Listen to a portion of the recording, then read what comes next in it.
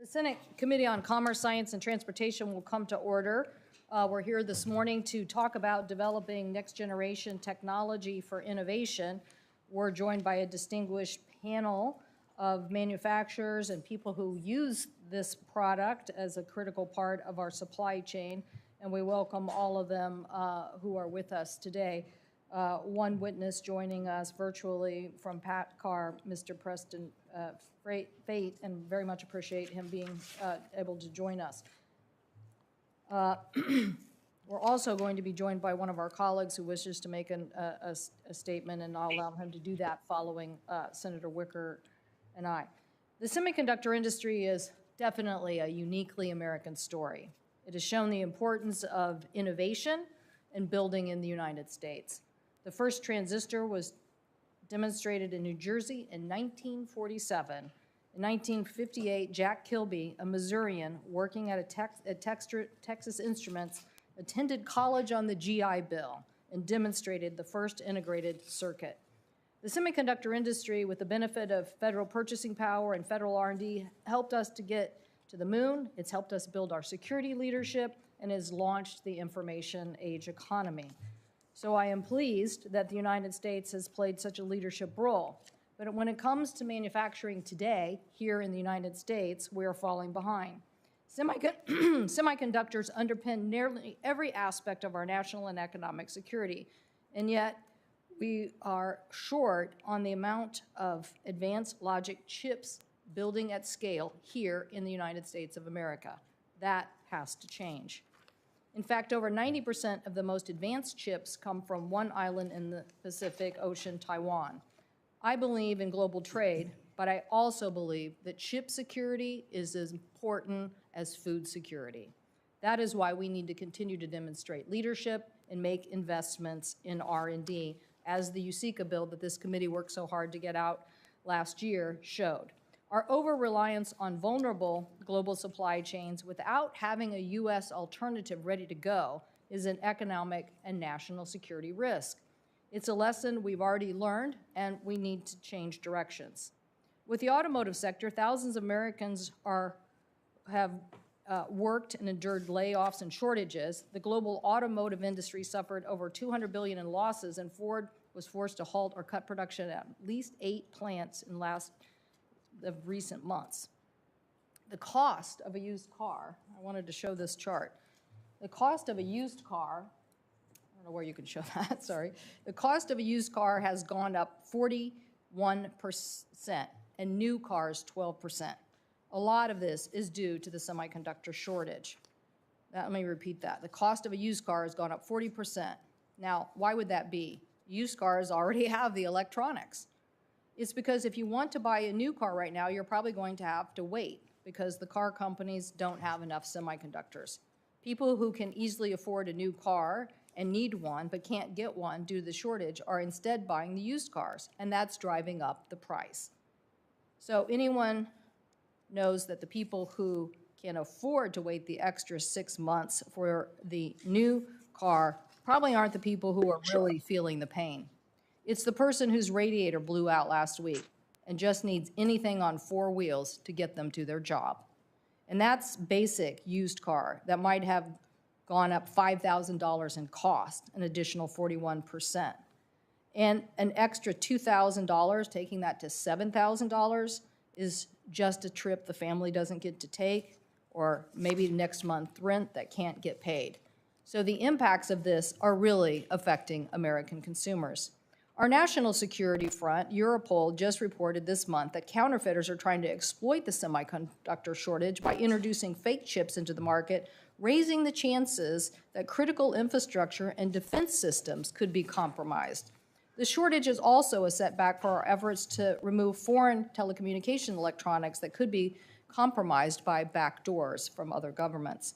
According to the telecommunications industry, wait times for some networking equipment is now 50 weeks. The cost of some networking equipment has risen 12%, and price gouges are selling chips for 100 times their regular price. That is no way to build out the access to our broadband. In addition, we know that relying heavily on one country and largely one company creates a lot of targets for hackers. 18 months ago, security researchers found hacking campaigns that compromised at least 7 Taiwanese chip manufacturers to steal semiconductor chip designs. All of these are reasons why we need to get USICA done and make sure that we get to conference with our colleagues. These bills have a $2 billion investment specifically for our Department of Defense to secure the microelectronic supply chain required for our national security missions. The shortages that we have today, if we don't address them, are going to continue well into the future. That is because the world needs 1 trillion chips to be produced. Actually, that was in 2018. 2021, we need 1.2 trillion chips basically produced every year. In 2031, that will be 2 trillion chips per year. So our current foundries are already working overtime. Building new foundries has to be part of the long-term solution, and we need to send that price signal today. If we do nothing, these shortages are just an example of what is to come.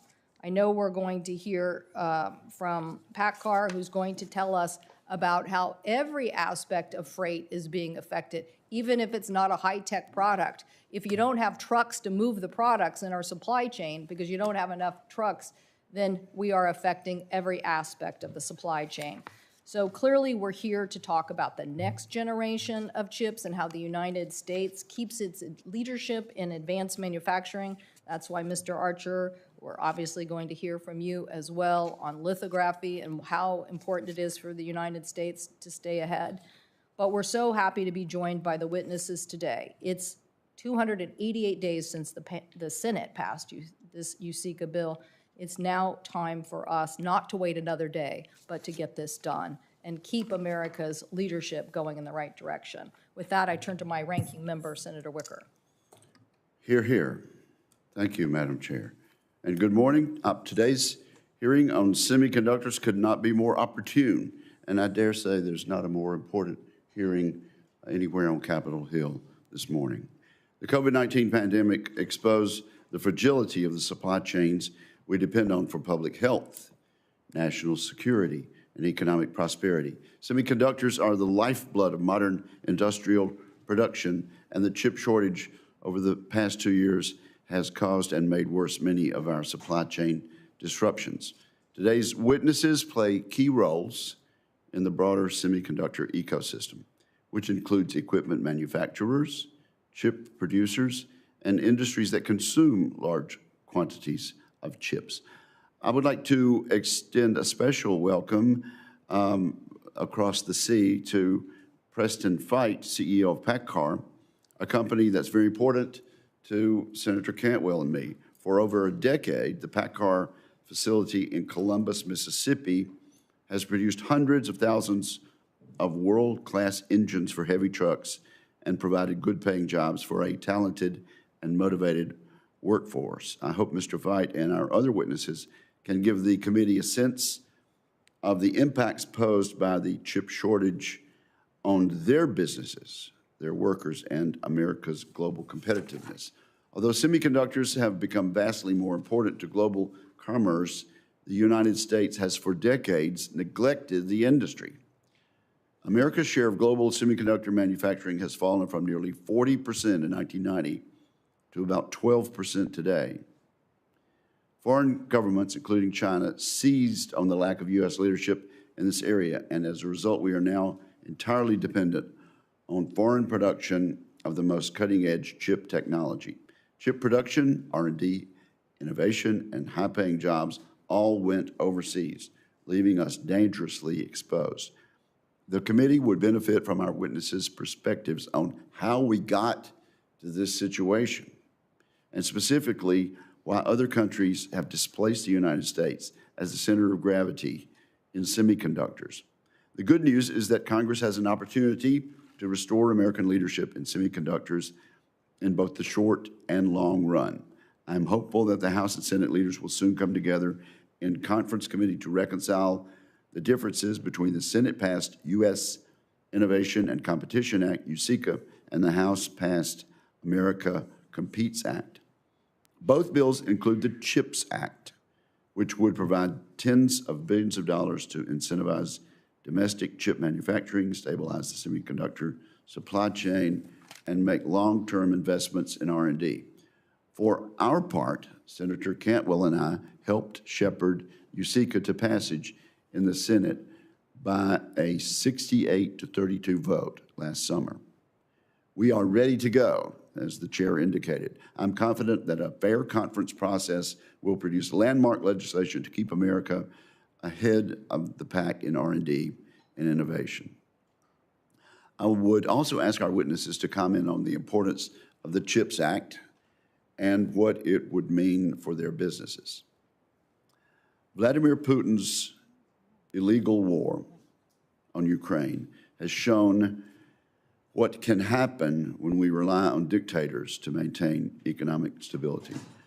Russia's criminal war of aggression has exposed long-term dependencies and sent the prices for gas, wheat, and industrial metals soaring. Unfortunately, Russia is not the only strategic competitor with designs on other countries. China has also demonstrated aggressive behavior toward Taiwan and stated its intent to challenge Taiwan's sovereignty and independence. Taiwan now accounts for 92% of the world's most advanced semiconductor manufacturing capacity. Think of the consequences if China were to invade our Taiwanese partner. Let us keep that scenario in mind as Congress continues its critical work of restoring American leadership in this vital industry. Thank you, Senator Cantwell. Thank you, Senator Wicker. That I also agree with your statement. So you and I are on the same page, and hopefully we're going to get our colleagues on the same page.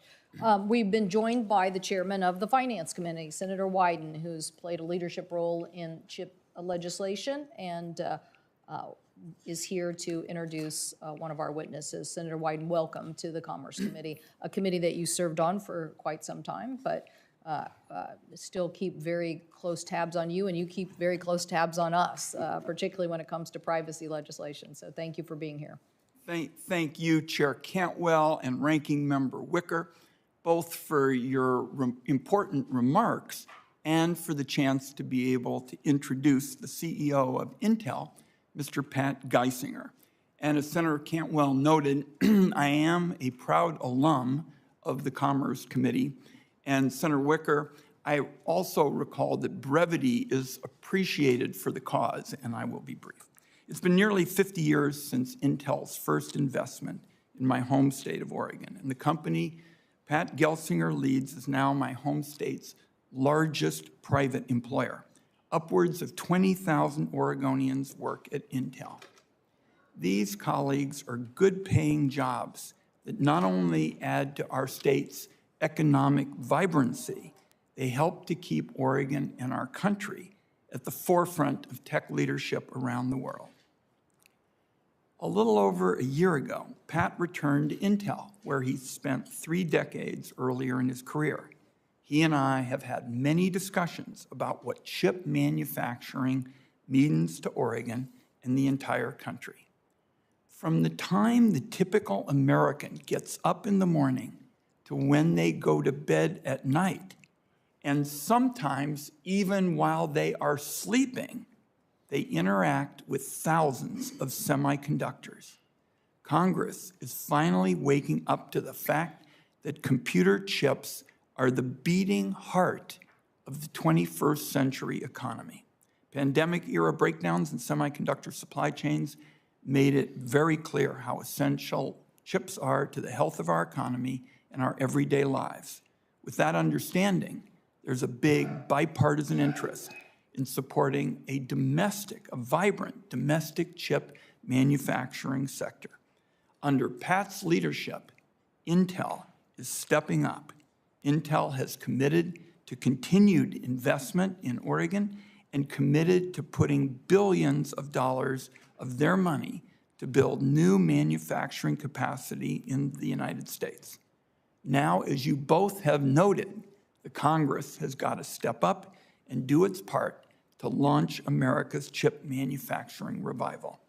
There is a big opportunity ahead of us to build a more resilient economy and create many thousands of high-skill, high-wage jobs in our country. Pat and his team at Intel are going to be at the forefront of the effort. Let me close with this. If Congress fails to do its part, you both have made it clear our country is going to pay dearly.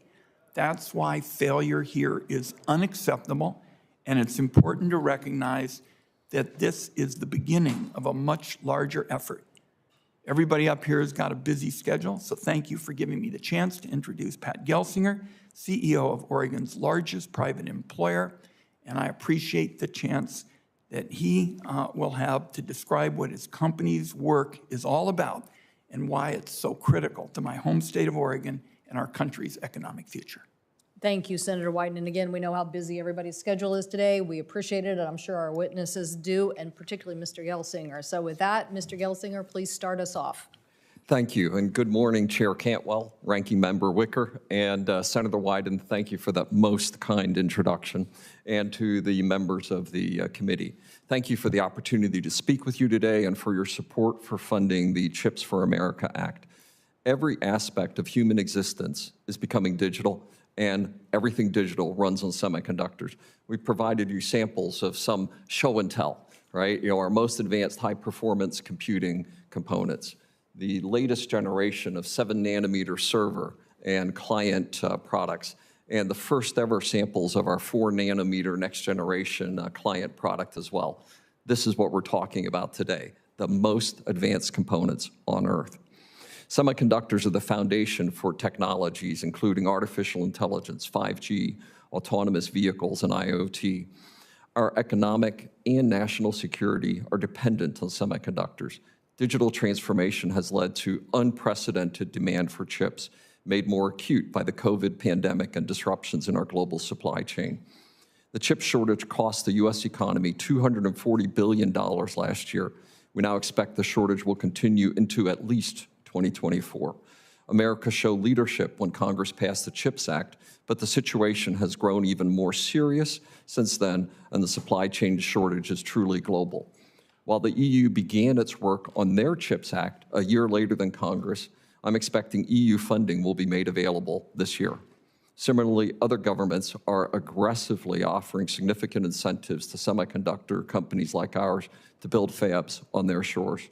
Senators, we must look beyond short-term capacity and recognize what U.S. chip leadership truly entails with 4 areas of focus. Incentivize manufacturing on U.S. soil. Second, supercharge research and development. Third, address the skills gap. And fourth, enhance our national defense.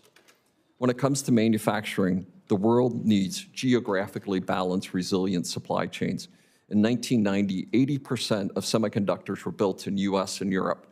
Today, 80% is in Asia, with only 12% in the U.S. and half of that being Intel. Asian countries moved aggressively to attract this industry with strong incentive policies. As a result, the operating cost to manufacture in East Asia is 30 to 50% cheaper compared to the U.S.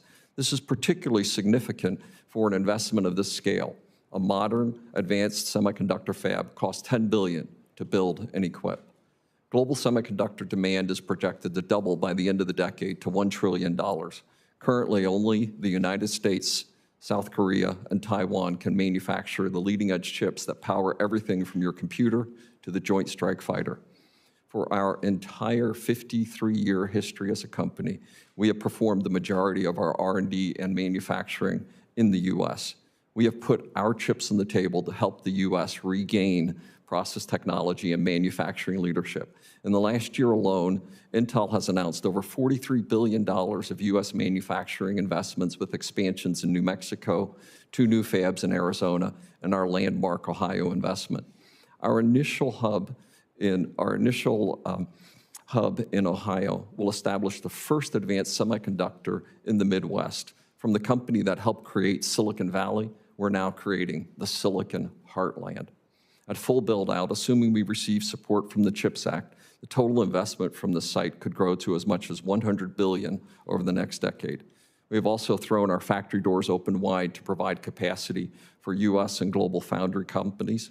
We seek to rebuild the entire supply chain on U.S. soil. Intel is one of the world's top R&D spenders. In 2021, we invested more than $15 billion in R&D. Intel strongly supports the creation of the National Semiconductor Technology Center, or NSTC, and the National Advanced Packaging Manufacturing Program through the CHIPS Act. I also implore Congress to restore the ability to fully deduct R&D expenses, a policy that has been in place for decades. These research partnerships and a restored R&D deduction will continue to drive a lab-to-fab pipeline. Our workforce consists of well-paying jobs across the spectrum of construction, skilled manufacturing, and research. Increasing access to STEM education is essential for building a talented, diverse pipeline of future technologists. Intel detailed just last week our plans to invest $100 million over the next decade in partnership with community colleges, universities, and the U.S. NSF. Lastly, building up of U.S. commercial capacity is essential for defense and national security. We seek to have vibrant, world-leading commercial capacity that can be leveraged for the additional requirements of defense and intelligence. Further, we encourage a strong and increasing partnership with the EU to meet our mutual global needs. Almost all of the critical technologies in semiconductor equipment and manufacturing are in the U.S. or in the EU. I want to thank you for this opportunity to testify today for the committee's support of the CHIPS Act. We are slated to break ground in Ohio this year. I challenge Congress to find a path forward on CHIPS Act funding before then. I want to go bigger and faster. Thank you very much. Look forward to your questions. Thank you, Mr. Gelsinger. Thank you so much for that testimony, and hopefully we'll get to the questions. We can go drilled in on some of this technology and why it's so important in its application.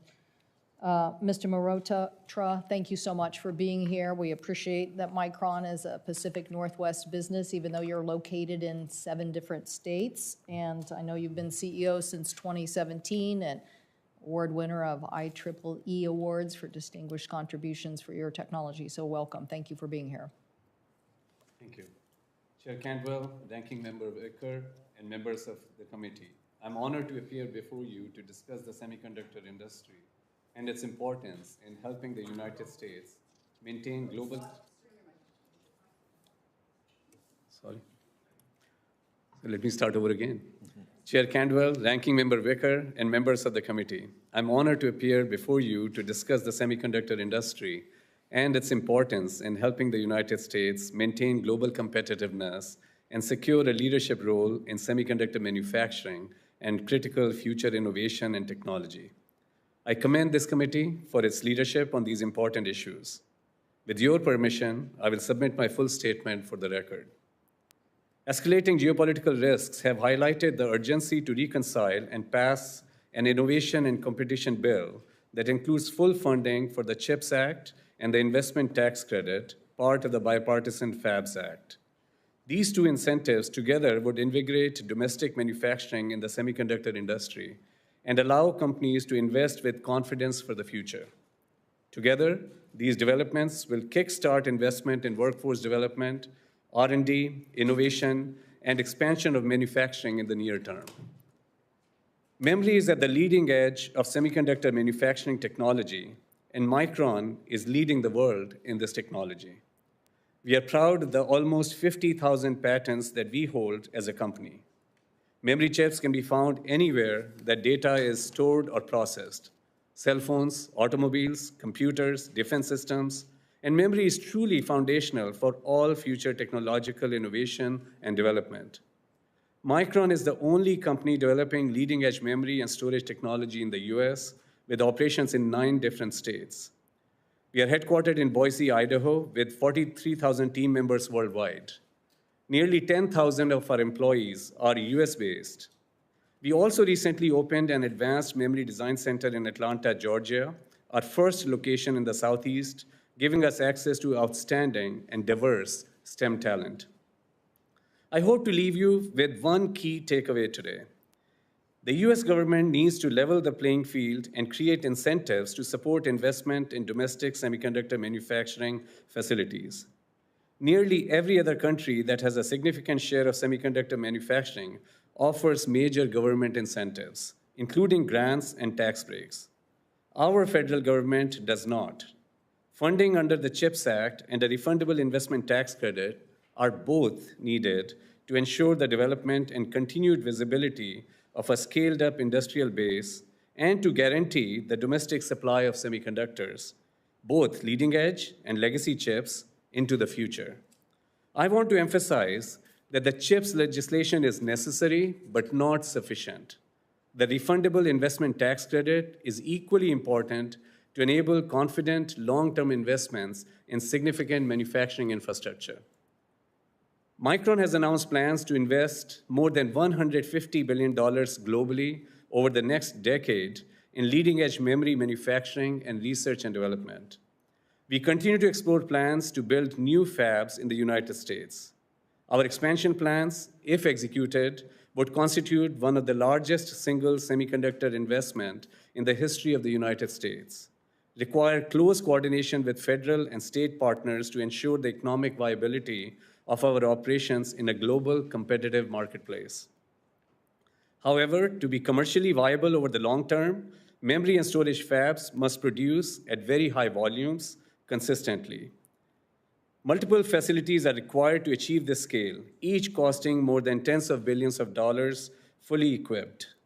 Technological advancements are increasingly complex and expensive.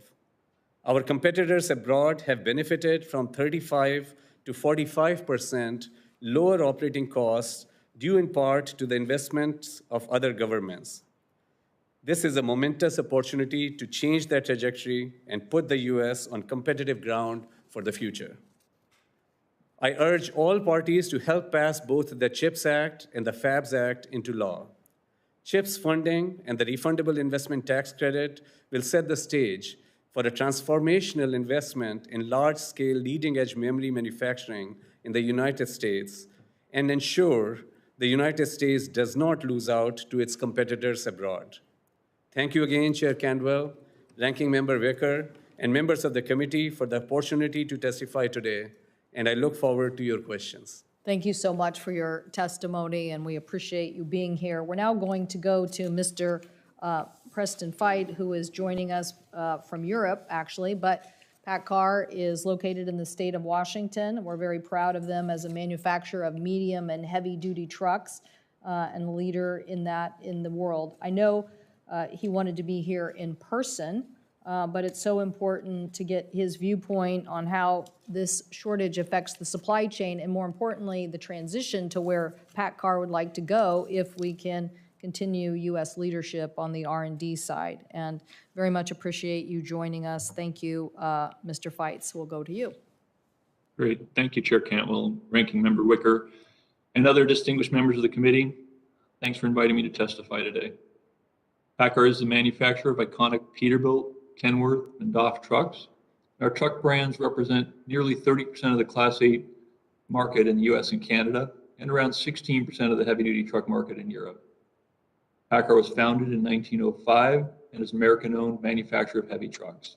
We're headquartered in Washington State, and our great people operate state-of-the-art factories that build Kenworth trucks in Washington State and Ohio, Peterbilt trucks in Texas, and PACCAR engines, as noted earlier, in Mississippi. PACCAR also has engineering and innovation centers in Washington State, Texas, and California, and that's where we develop our technology-leading zero-emissions, autonomous, and connected vehicles. Thanks for your bipartisan work to address the semiconductor supply shortage. The chip shortage has been limiting the production of commercial trucks for a year now. This has led to a shortage of trucks to move goods throughout the country, distributed supply chains across numerous industries, raised prices for consumers, and delayed access to critical goods and services for businesses and communities. Over 70% of all freight tonnage that moves in America is transported on a truck. Over 80% of US communities depend exclusively on trucks to deliver food and agricultural products, fuel and medicine, manufacturing inputs, business supplies, and consumer goods from groceries to automobiles. We all experienced the importance of the trucking industry during the pandemic, and more trucks are needed now to build new housing, highways, bridges, clean energy infrastructure, and communications networks.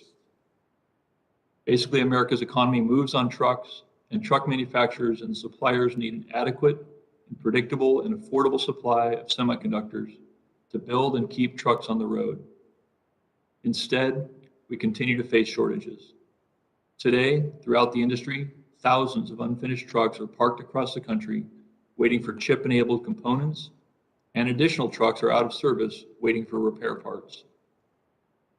This is disturbing considering the entire US Class 8 trucking market requires an estimated 13 million semiconductors last year, compared to a total semiconductor industry output of over 1 trillion chips.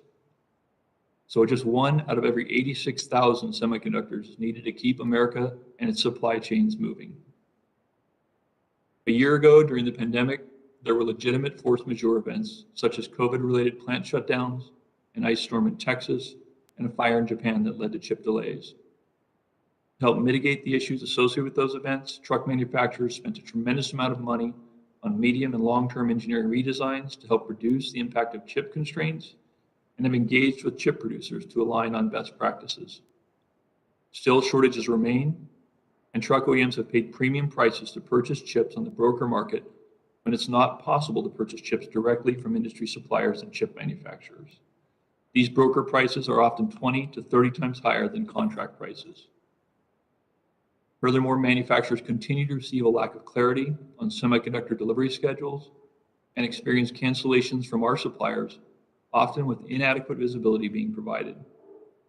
These semiconductors are critical to support the necessary production of trucks, and this creates turmoil for all manufacturers who must manage immediate production changes or be forced to shut down plants.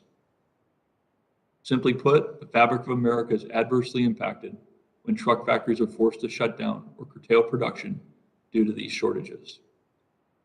To address the costly impact on America's trucking industry and broader economy, we suggest that companies requesting CHIPS Act funding be required to meet the needs of American critical businesses, including truck manufacturers, before they're approved to receive U.S. taxpayer dollars.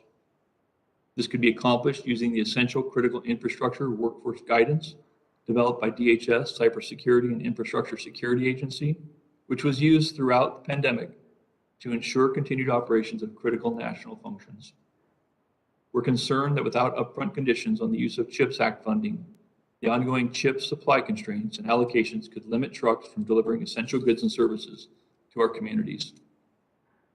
To ensure the accountability of this public funding and provide near-term relief to America's trucking industry and supply chains, we recommend that applicants for CHIPS Act funding be required to submit a plan to the Commerce Department detailing how their existing semiconductor allocation strategy and investment decisions are currently and will in the future prioritize the production of semiconductors to support critical infrastructure industries and related jobs in the United States.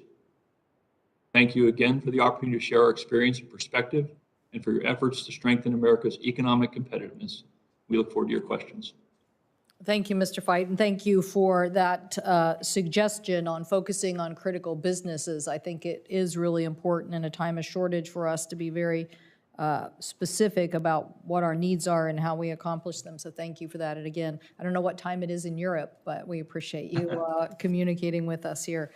We'll now turn to Mr. Archer. I'm so pleased that all our panelists are not only CEOs, but engineers. It gives us a chance to dig deep onto some of the science that we're trying to get right, which is part of the mission of USICA, is the innovation side of science and the R&D investment, and particularly the translational side. That's what USICA is about, how to translate the science faster.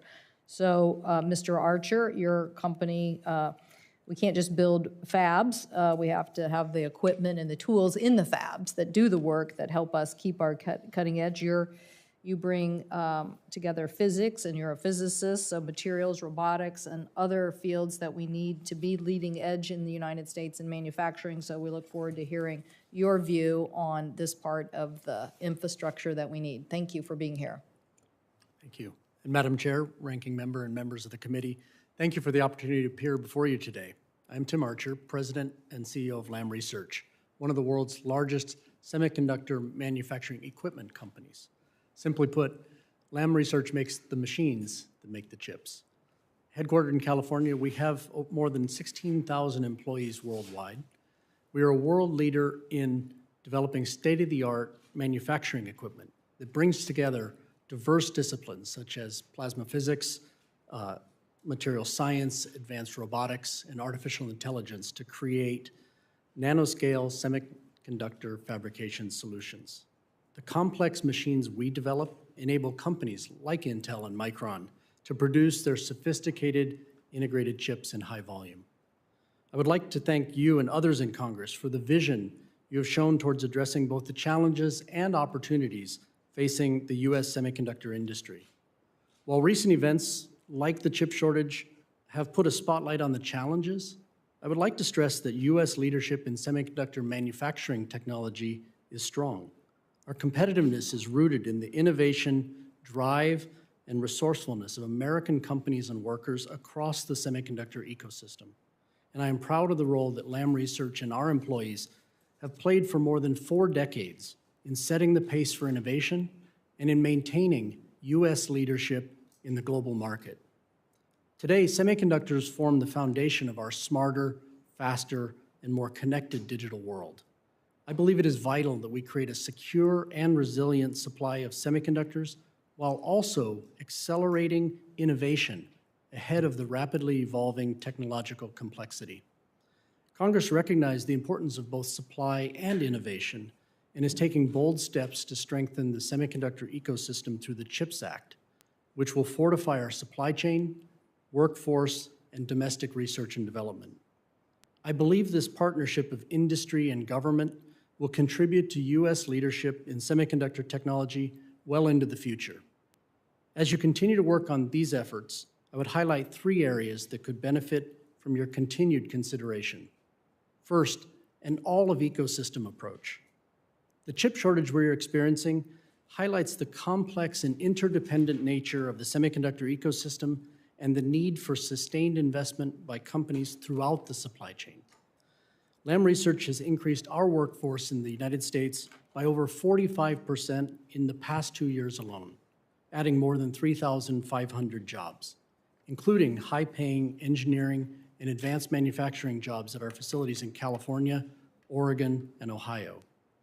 However, we also rely on hundreds of American suppliers, many of whom are struggling to keep up with the rapid pace of growth while dealing with the lingering effects of the pandemic and a tight labor market. We are grateful policymakers recognize these challenges and intend to support the industry comprehensively through the Commerce Department's grant program established in the CHIPS Act, as well as through important R&D programs like the Investment Tax Credit found in the FABS Act. We urge Congress to act quickly to pass these measures in support of the entire domestic ecosystem. Second, leveraging existing infrastructure. Together, government and industry can leverage existing infrastructures that have a history of driving technology development. Partnerships with academia and with the national labs provide extensive capabilities and expertise critical to any collaborative innovation strategy. In our area, plasma research is particularly key to the future of semiconductor tool development. We are grateful to see legislative proposals such as the Microelectronics Research for Energy Innovation Act a move forward to streamline coordination and better deploy federal resources, including the national labs, to sustain these partnerships. And finally, enabling shared innovation. There is an outstanding opportunity to strengthen U.S. competitiveness by bringing together industry, government, academia, and the national labs in a centralized and collaborative space to enable shared innovation.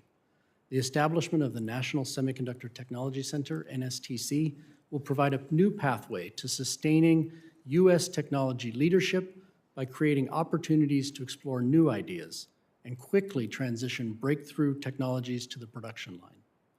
So in closing, we believe it is vital that we prioritize innovation, competitiveness, collaboration, and supply chain security to maintain U.S. leadership in this critical global industry.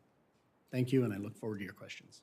Thank you, Mr. Archer. Thank you so much for that. I love the collaboration focus, particularly because I heard a TED talk about this, that collaboration is the next form of innovation, because you can have the innovation, but if you don't collaborate to get it to implement it, then you don't have it. So and around here, we have to be more collaborative for sure. So I'm going to yield to my colleague for the first round of questions, and then let our colleagues who might be joining us remotely, that we would then go to Senator Klobuchar and then Senator Thune, and then I'll jump in later with my questions, but I'll turn to Senator Wicker. Well, Madam Chair, feel free to jump in at any point because I think you and I are teammates on this. Let me start with Mr. Gelsinger. America's share of global semiconductor manufacturing is 12% today. Where's the other 88%? Let's just sort of summarize what we've learned so far. And I think you have to press the button. Pardon me. Thank you. The largest portion is in Asia, right, led by Taiwan, Korea, China, and Japan. So approximately 80% is in Asia, and about 9% in Europe, and about 12% in the US. Okay. And the reason for that, we've gone from 40% in 1990 to 12% today. It's just more cost effective for companies to manufacture the semiconductors in those Asian locations. Is that correct? I believe there are primarily two effects. One is the Asians aggressively pursued this industry with very strong policies and high incentives. It was also much of the... Financial incentives provided by governments. Primarily. Like, what do they do in Taiwan and China? The incentives, typically could be 30 to as much as even 70% for some of the capital incentives in China. So very strong capital incentives have been available, and those countries have recently announced major expansions of those programs. For instance, Korea just announced a $100 billion capital incentive program for their semiconductor industry. And then that's one factor. Yeah. The government incentives. And then additionally, many of the lower end supply chains were already in Asia. And so it's a consolidation of the supply chain. So it ends up being a more efficient overall supply chain that they've built up. For example? For example, power supplies, sheet metal enclosures, displays.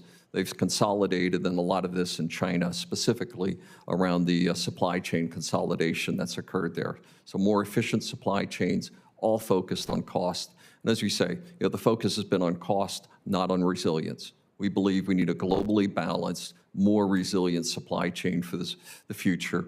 And what we're suggesting in the CHIPS Act essentially is rebalancing that 30 to 50% gap that we spoke about, allowing the U.S. industry to be competitive as we compete for the global market. And labor costs are part of this. The labor costs certainly are a factor, but for fabs, it is primarily capital cost, right? As the largest portion, the depreciation of capital cost dominates the overall cost.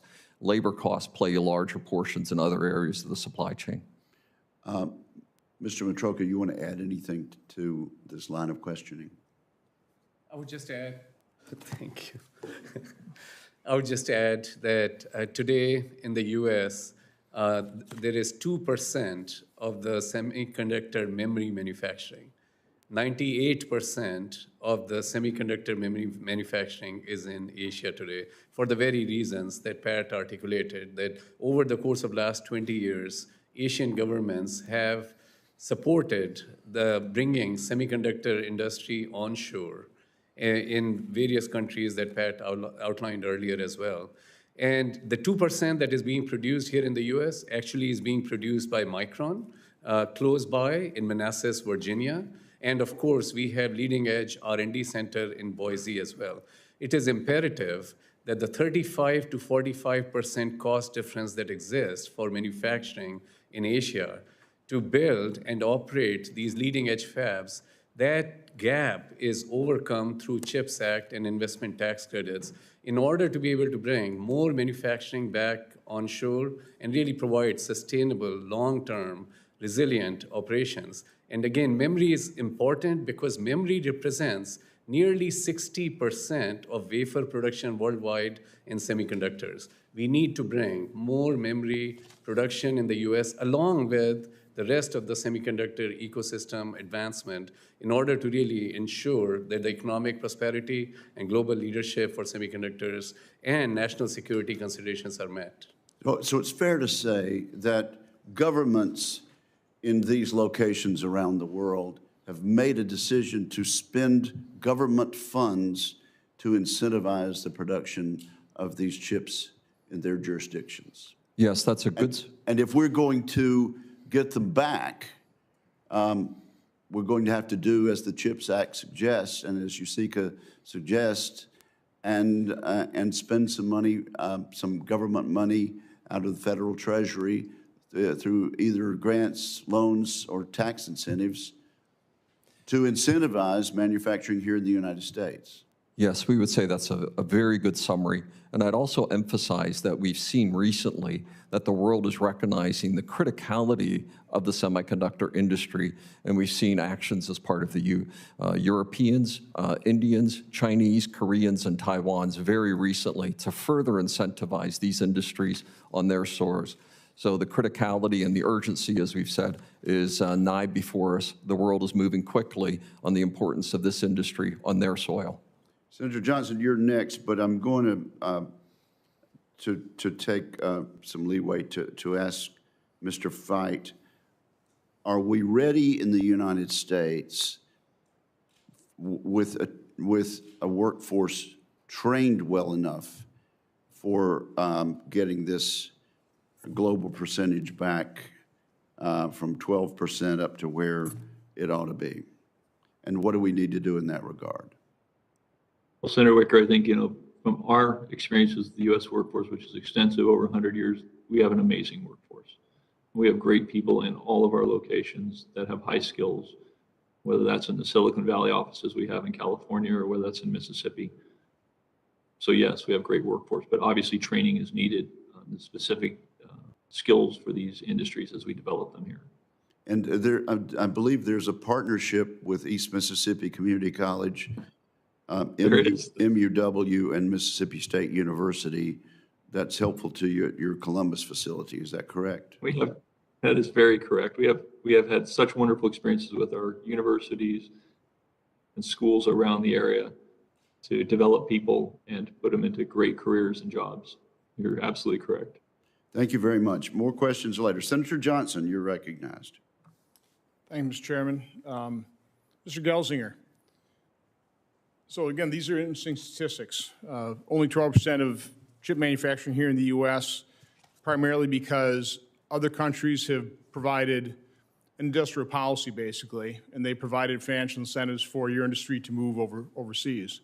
Did the U.S. chip industry, did you ever consider, as you were moving all this manufacturing overseas and just the risk to your own industry, not to mention national security? I'm very proud to say that Intel has remained primarily on U.S. soil over this period of time. And the vast majority of our investments are in U.S. and European soil, with a very small amount in Asia. Where really what's happened is the rest of the industry has moved dramatically over this period of time, largely responding to these incentives that we've described.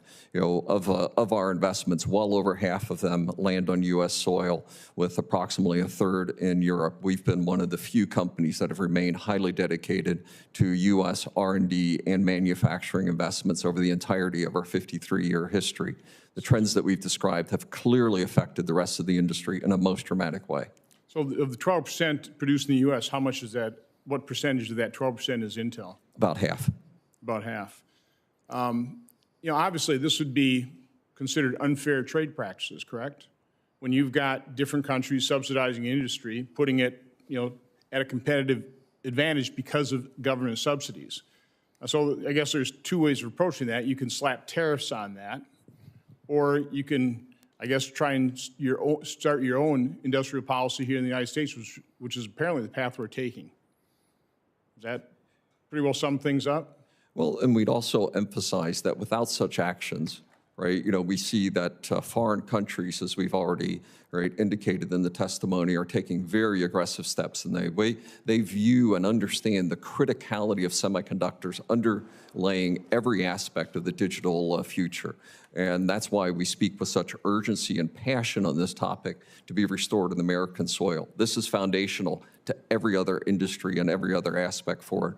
And thus, we believe it's justified to take such steps as the CHIPS Act, as the FABS Act, and now, we would say that this industry, one that was born in the United States, right? This is our industry that underscores every aspect of humanity looking forward. Now is the time for action. I think my concern is when government starts attempting to allocate capital, it just screws things up. It doesn't do it very efficiently or effectively. So again, I'm concerned as opposed to pushing the unfair trade practice route, going that route, to just, well, let's join in. Let's engage in the same type of activity. Ends up with a misallocation of capital. Are you concerned about that? Because you have government picking the winners and losers in this case. Given what we've seen worldwide, the 30-year trend is dramatic, right? These actions are not overnight actions that have been taken by foreign nations. While clearly there are concerns on how capital is allocated, right? Without such steps, our industry will be further undermined. We will lose critical mass, I believe, in the near future, and we will never have the opportunity to restore this industry on American soil. So that's why we're here. Can you give me just sort of the macro numbers we're talking about here? How many dollars of capital have been provided in what I would consider unfair trade practices by our overseas competitors? I mean, how many hundreds of billions of dollars? Well, just in the last year, we've seen the Europeans suggest $45 billion, the Koreans suggest $100 billion, the Chinese suggest over $100 billion. These are very significant investments. And what we're seeking in the CHIPS Act is to unleash public, private, right, leveraged investments where these investments would unleash, $3 to $4 per every dollar that's put into it, as well as the research investments are long-term, right? These are, our industry was born out of DARPA investments decades ago. These are long-term investments as well as near-term reversal in the manufacturing footprint that is most critical to the world. There is plenty of capital available to invest in semiconductors in the U.S., though, correct? It's not like we're short of capital. There's plenty of capital. It's just that there's unfair trade practices being engaged in by other countries. Other countries have seen the criticality of this industry and have invested in it as seed corn for so many other aspects of the technology industry. That's why they've chosen to take such practices aggressively. And we, see that such actions need to be taken in the U.S. to restore this industry. Now's the time to act. It's almost mutually assured destruction, isn't it? It's going to be a race to the bottom. Again, I'm a real unabashed free trader. I don't like tariffs, but I almost hate government allocation of capital worse. Well, as we think about things like tariffs and other export policies, by putting those in place, we're actually further hurting American industry because other countries are not putting such limitations or practices in place on their industry. So to say that it's not helping our industry, right, but hurting it instead, right, is very odd logic. We need to take steps to restore American competitiveness, to improve our trade practices and export practices globally. And to do that, right, partnering with our friends globally is critical as well. Now's the time to act, or this industry may never be back on American shores. I'm fully aware that tariffs hurt American consumers. I got that. But again, I'm just concerned about engaging in this race to the bottom in terms of now government across the world is going to be doing the capital investment for a particular industry. I just think that long-term is not a good solution. Thank you, Senator. I'm going to go next, but Senator Wicker wanted to make a quick comment. Just to follow up on something you said, Mr. Gelsinger, in response to a question Senator Johnson raised, when was the significant DARPA investment early on, and to what extent did the government supply funds to get us started there?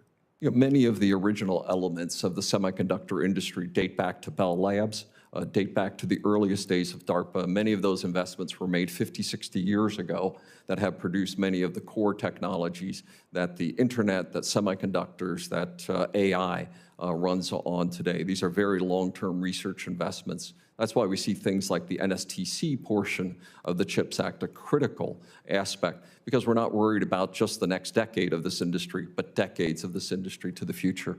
And do you, this will be the last, do you know if Trans-Pacific Partnership would have addressed some of these problems that Senator Johnson was asking about? I'm a big believer in the TPP. I believe that would be good policy to work closely, right, with both our European allies as well as our Asian allies. These are countries that want to work with us. Also, as I mentioned in my oral testimony, many of these countries together represent almost all of the semiconductor technologies and equipment in the world, right? Aligning with our partners in TPP, also the technology trade cooperation that's been initiated between the US and Europe. We view these policies as very positive ones that we fully support. Well, Madam Chair, maybe the witness could supplement his answer on the record, specifically about whether TPP addressed the subsidy of other governments of this type of research in answer to the inquiry of Senator Johnson. Thank you, Madam Chair.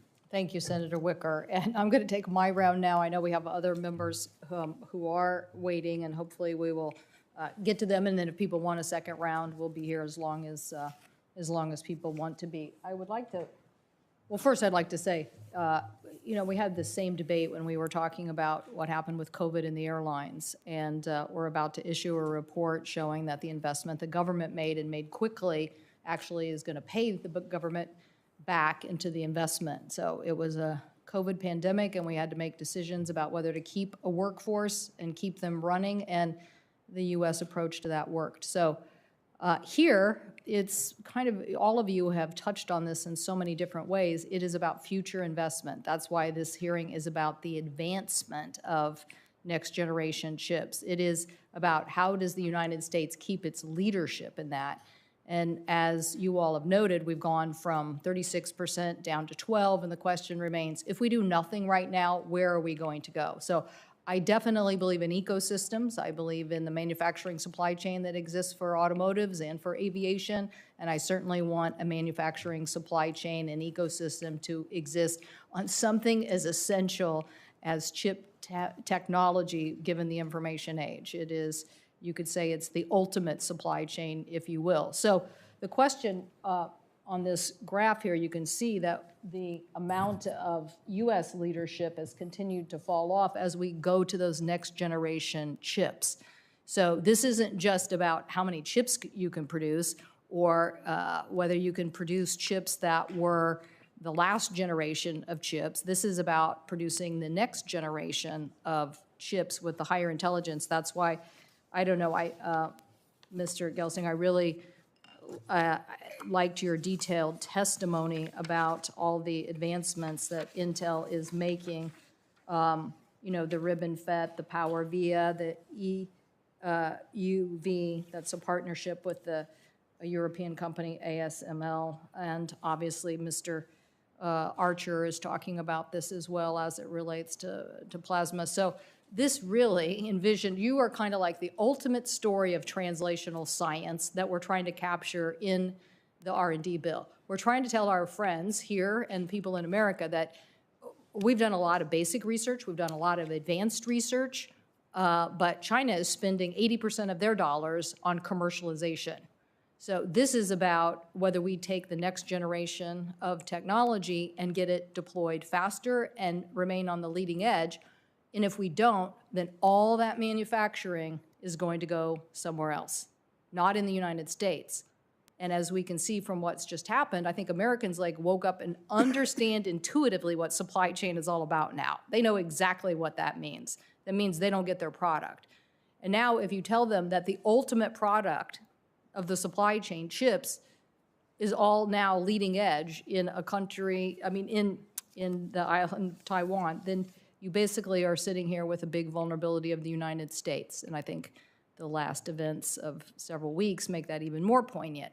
So the question is, what is it that we need to keep doing to keep on the leading edge of this technology? So you gave us this, you gave us all these advancements in these chips, which I wish I could drill down on. But basically, you're talking about IP boost, you're talking about better connectivity, you're talking about more translation of, so from the first chip to today, what is the difference as far as what it means, and maybe I'll ask Mr. Feit what it means to him when it comes to the product that he's trying to deliver today. But could you just give us, Mr. Gelsinger or Mr. Moore, what kind of, what are we talking about as far as advancements of chip capability? I mean, I believe in Moore's Law, but help people understand here. The first chip did X, and now here's where we are with this level of advancement. Yeah, thank you. And, on my lapel here, I was the chief architect and designer of the 8486 chip for Intel, introduced in 1989. And this chip had 1.2 million transistors on it. Right, the most advanced server chip that I just put into your hands here as samples is on Intel 7, which is, your chart is now out of date. We're in production on our 7 nanometer products. This is 25 billion transistors, right? Which, just is mind-boggling, the progress that's been made.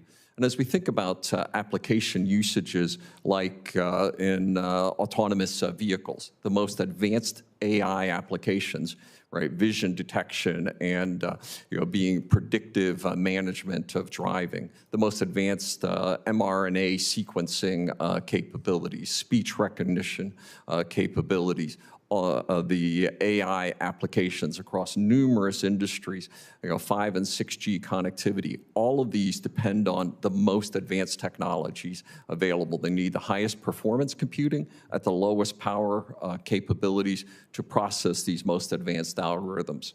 We predict that by the end of the decade, we will have our first trillion transistor chip. Right? And those kind of capabilities are for many of the immersive experiences of the future that will define the future competitiveness of industries globally. Mr. Feit, what do you need, Mr. Feit, from them? What do you need them to keep doing that as it relates to next generation technology for your trucks and efficiencies? Sure. I think Mr. Gelsinger spoke well on the high technology end of some of the needs we have for vehicles that are fully electric or zero emissions, using hydrogen fuel cells, or in autonomy where visual graphics are so important and machine learning is so important. We need high-end chips. But we also, as the industry, the agricultural, the automotive, the truck, many other industries, need some kind of, I'll call it more standard chips that keep affordability at the right level and performance at the right level to make all the cars, trucks, tractors that we need in this country. And so they shouldn't be left behind in that thinking. It can't have a life cycle of 2 to 3 years. Otherwise, the cost of products will go up incredibly if we're forced to redesign cars, trucks, and tractors, medical equipment that quickly. So it's kind of a both and, Senator Cantwell. Yeah. Thank you so much. My time has expired, but I think if Mr. Thune if Senator Thune isn't available, then I think it's Senator Moran. Thank you, Chairman. Thank you, Ranking Member, and our witnesses today for joining us. According to a report issued by the Semiconductor Industry Association, less than 5% of the global manufacturing share for packaging, assembly, and testing is done onshore in the United States. We have companies certainly in Kansas and across the United States, I think, that are well-positioned, to increase the capacity alongside chip fabricators like Intel and Micron, to address shortage issues for the automotive and other industries. I would ask all three of you, can you comment on the importance of having the CHIP Act investment address the post-fabrication or downstream part of the semiconductor supply chain to reduce the supply chain and security vulnerabilities? Yeah, overall, the indications are exactly as you say, that package assembly test, which is generally more dependent on low labor cost, has even drifted more aggressively to Asia. We believe it's critical to restore the integrity of the entire supply chain, including advanced packaging assembly test on America, or at a minimum in North America. Pieces of the CHIPS Act specifically are designed in this area of advanced packaging capabilities.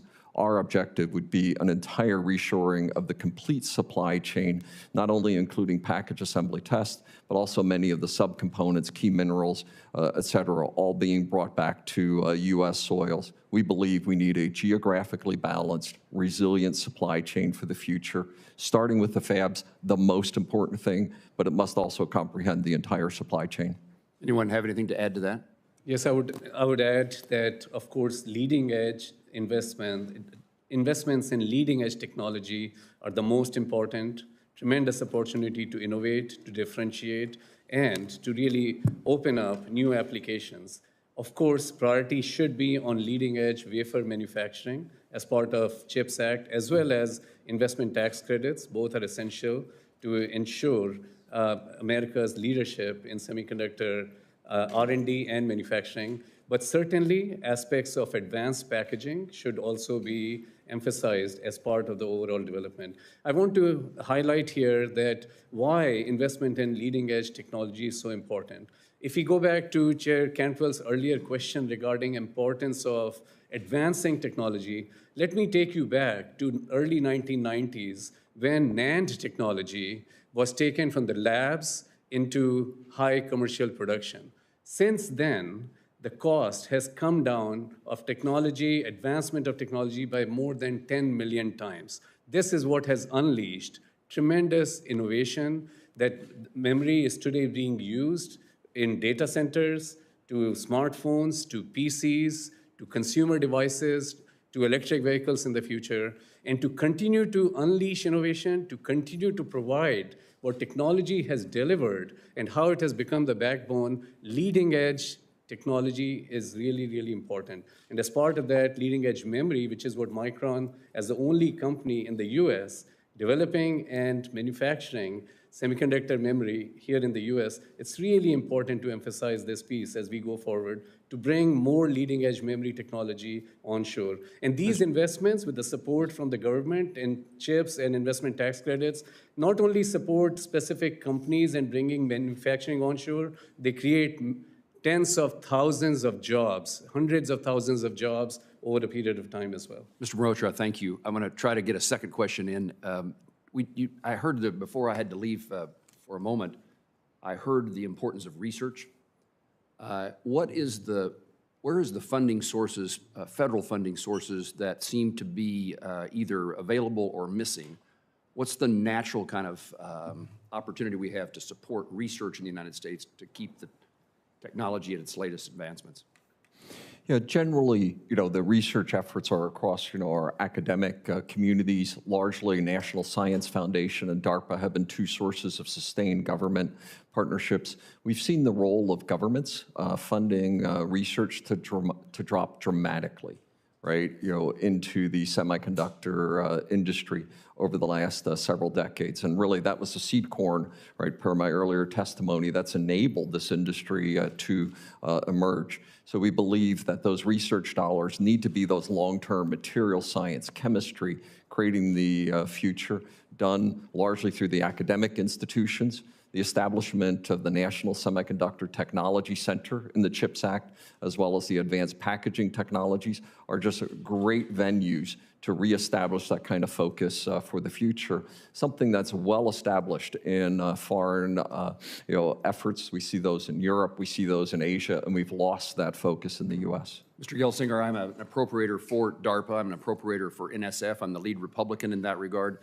These issues matter to me, and just as an opportunity for you and others, I mean, we've increased the funding for research.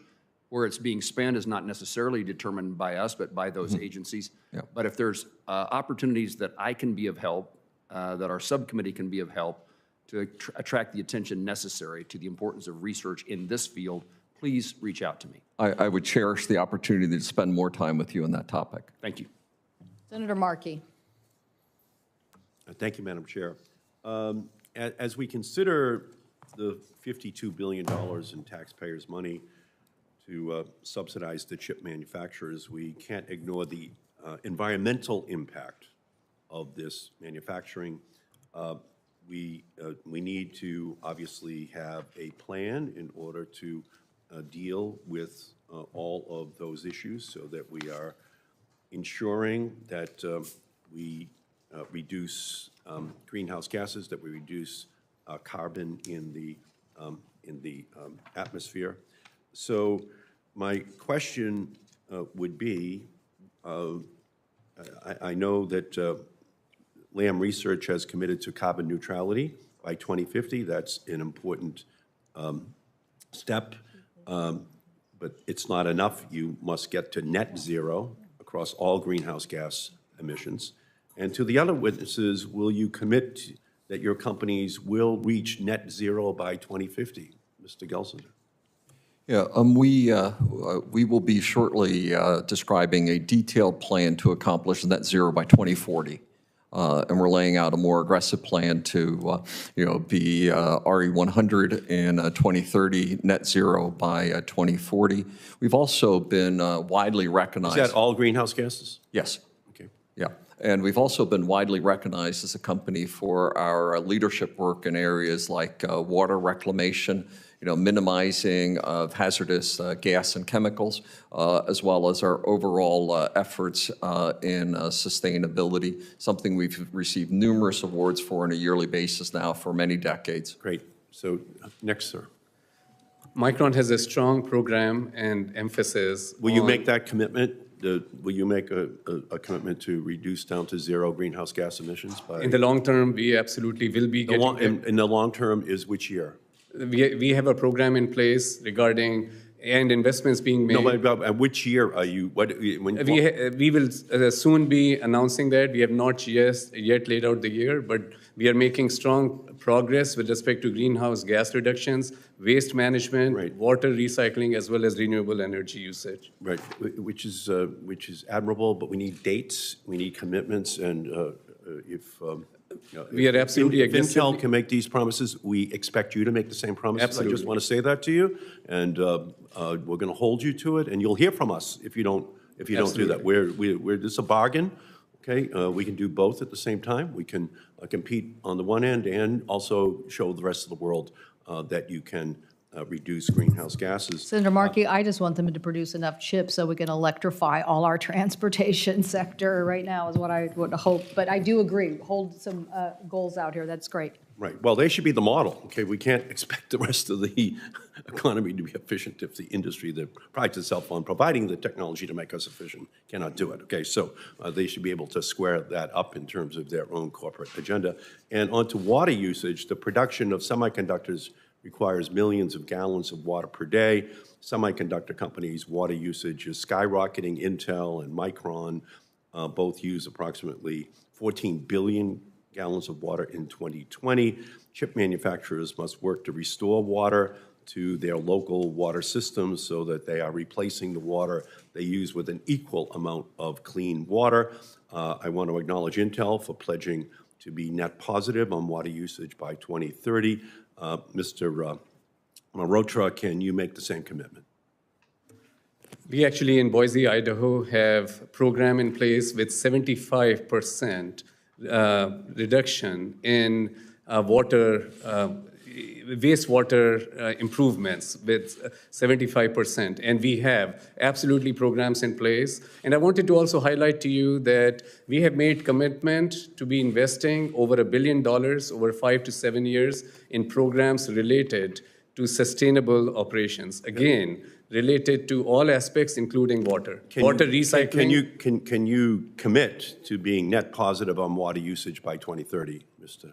So we, again, have timelines outlined in our reports that we publish on sustainability on an annual basis, and we are absolutely committed to continuing to make improvements in these areas. Okay, well, there's an old saying, to those who much is given, much is expected. So a lot is going to be given to the industry by the Congress, and we have high expectations for you to be the model. So we'll be looking very closely at the commitments that you are making, because it is critical that we solve the supply chain problems that are increasing prices and harming consumers, but we have to do it simultaneously while solving the climate crisis and ensuring that the environment is not collateral damage or just something that's an afterthought, and that's historically been the case. So we just want to let you know that we're— And Senator, I want to highlight it is a priority for us.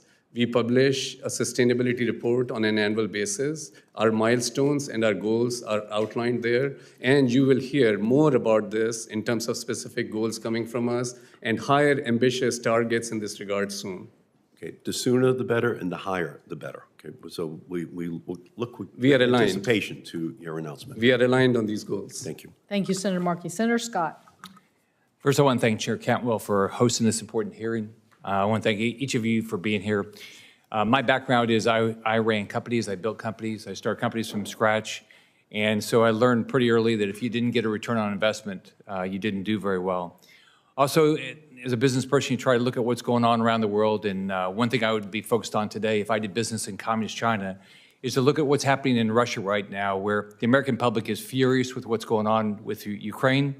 We're expected, our American companies, to stop doing business with Russia. So if I was doing business with communist China today, I'd be concerned that that same thing will happen when communist China decides to invade Taiwan. So first, Mr. Gilzinger, I want to talk a little bit about Intel. The company is clearly doing well. You're one of the top 10 most profitable companies in America. You're the world's second largest semiconductor producer. And last year, you made $20 billion in income with a 25% profit margin. I think everybody in business in the world would be very proud of that. Those are great numbers. You also invested $25 billion across from your company last year, including some chip-making expansion. Thank you for your expansion. We should have been in Florida, but your expansion in Arizona and Ohio. So I'm a business guy. I like the fact people are investing. When speaking about billions of dollars Intel's new in capital investments last year, you said, quote, "It does not depend on a penny of government support or state support or any other investments to make it successful. We're making these commitments without any commitments from the governments to accelerate them," unquote. What's interesting is you've completely changed your tune recently. You're also quoted as saying, let's not waste this crisis in regard to receiving taxpayer handouts, which should scare all of us. This is on top of your company apologizing to Communist China for the U.S. sanctions on the Xinjiang region, where the Chinese government is committing genocide on the Uyghur people. Look, I'm a business guy. I've heard countless pitches for capital. Here's my question for you. Number one, I feel like we're fiduciaries for the American taxpayer. They give us their dollars. They want to make sure those dollars are spent well. So tell me how, if we put all this money in, and my understanding, your company will get $4 billion. If we put all this money in, how does the American taxpayer get a return?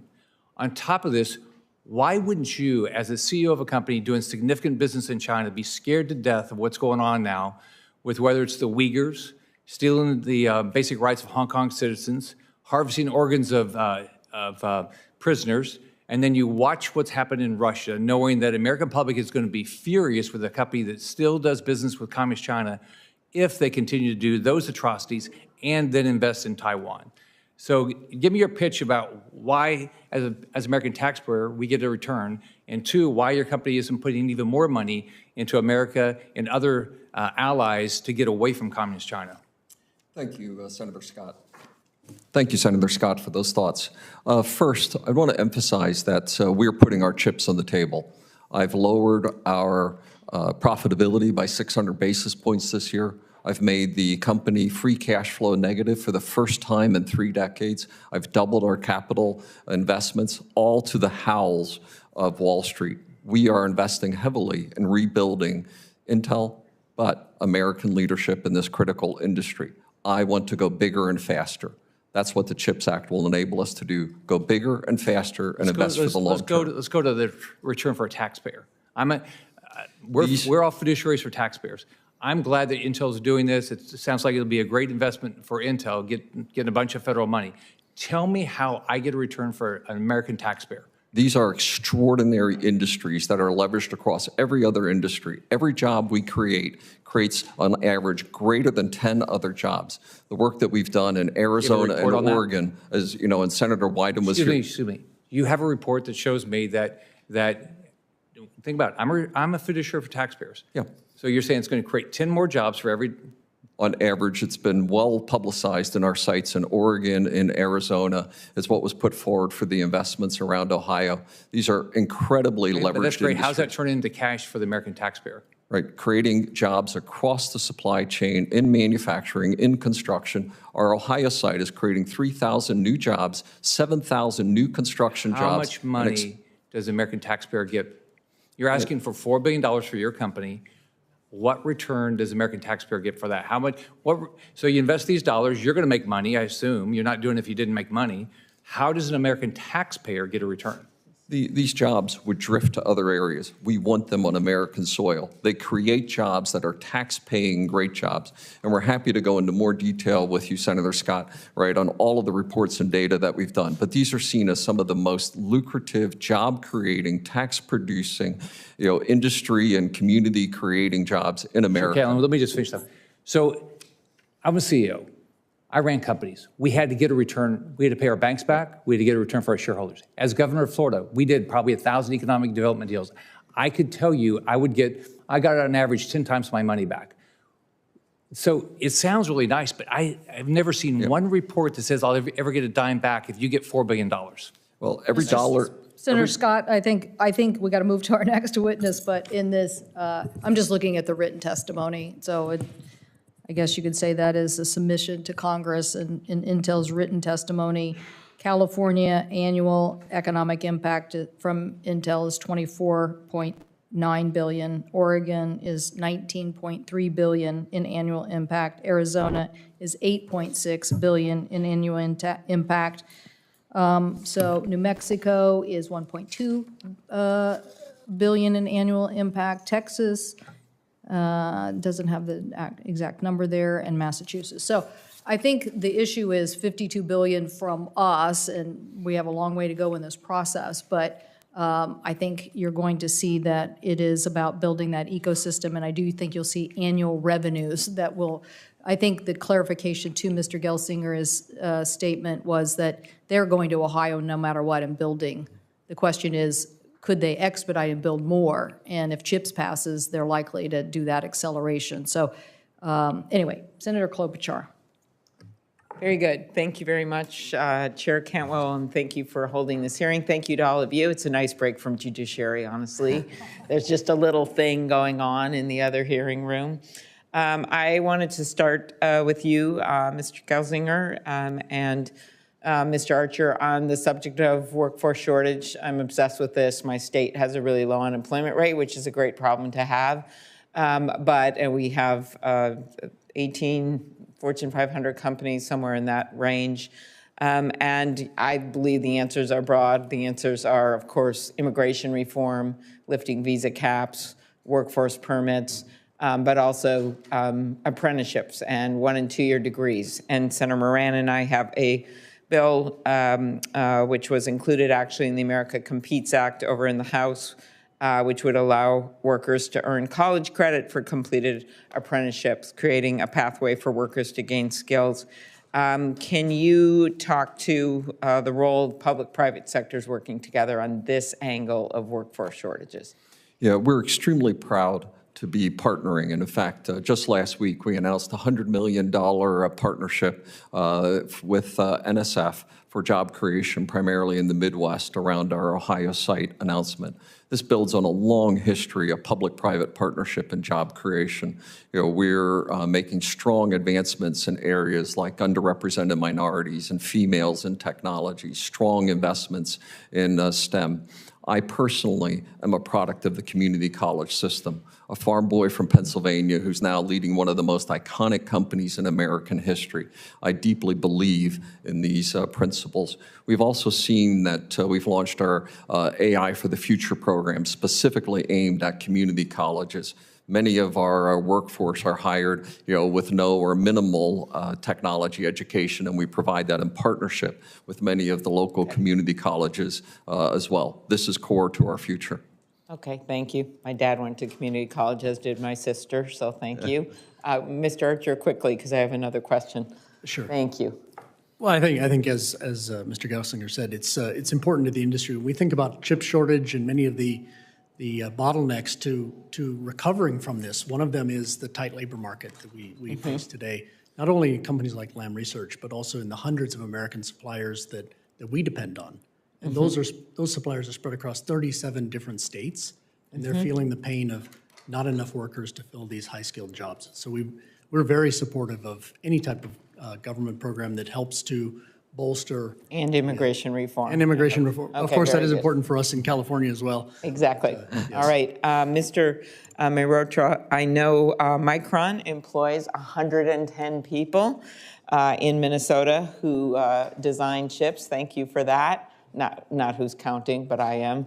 I also visited Skywater in Bloomington, Minnesota. In fact, the president at one point held up one of our Minnesota chips, which produces 65 and 90 nanometer chips. Can you talk about the importance of investing in US-based companies in the production of semiconductors and innovation? Senator, I would like to say we are very proud of our team in Minnesota. They're absolutely working. Just put say that again in the microphone. Yeah, that's good. There we go. Yeah. I just want to say again that we are very proud of our team in Minnesota. They are absolutely leading edge engineers working on some of the most advanced work that Micron is doing. And Micron today is leading the world in semiconductor memory and storage technologies. And it's really imperative, as part of Micron's announcement of investing more than $150 billion over a decade in leading-edge semiconductor manufacturing and R&D, that we have the opportunity to bring manufacturing, leading-edge memory manufacturing onshore. Of course, we are here in Manassas, Virginia, manufacturing with nearly 2,000 team members and investing in advanced memory manufacturing and storage and supplying the markets such as automotive market, defense, and industrial. But we need to bring more manufacturing into the US, and Micron is committed to doing it with support from CHIPS Act and investment tax credits. As the only company in the US making semiconductor memory and storage, we fully recognize our responsibility and we seek the support from the government policies to enable us to be able to be part of building resilient semiconductor leadership here in the US. Okay, well, thank you. And I will just put on the record a question about Senator Thune's and my Shipping Reform Act. I think it's really important if we're going to make stuff and invent things and export to the rest of the world, that you're able to ship to the rest of the world, which means not having empty containers go out in those ships and having reasonable rates. And so we're excited under Senator Cantwell and Senator Wicker's leadership that the bill was marked up and unanimously got through this committee just a few days ago and is headed to the Senate floor. So thank you very much, all of you. Thank you. Senator Thune, good follow-on to you. Thank you, Madam Chair, for holding this hearing. And let me just start by saying that the United States remains a world leader in technology and innovation. It's the birthplace of industries that feed the nation's economic dynamism and benefit the lives of Americans and people across the world. It is essential that we should ensure our supply chains continue to innovate as well, providing them with the agility to respond to advances in technology or disruptive events like the COVID-19 pandemic or Russia's war in Ukraine, which is why I've worked in a bipartisan manner, as Senator Klobuchar mentioned, with her and Senator Wicker on legislative solutions like the Ocean Shipping Reform Act and the Freight Act to ease current strains and to bolster the global competitiveness of U.S. products and industries. The effects of the semiconductor shortage highlight the importance of supply chains, perhaps most notably in the nation's auto industry, which produces more than 11 million vehicles annually. The transformation to automated vehicles, or AVs, is going to place a much greater demand on semiconductors and other crucial products, so it's crucial that the United States remain globally competitive in this space. AVs will radically transform the way Americans move. It's especially true for the elderly and persons with disabilities whose current transportation options are limited, especially in rural areas. Moreover, it has potential to greatly reduce the average of more than 40,000 traffic fatalities on our nation's roadways each year. While American companies currently lead the world in AV technology, the advantage can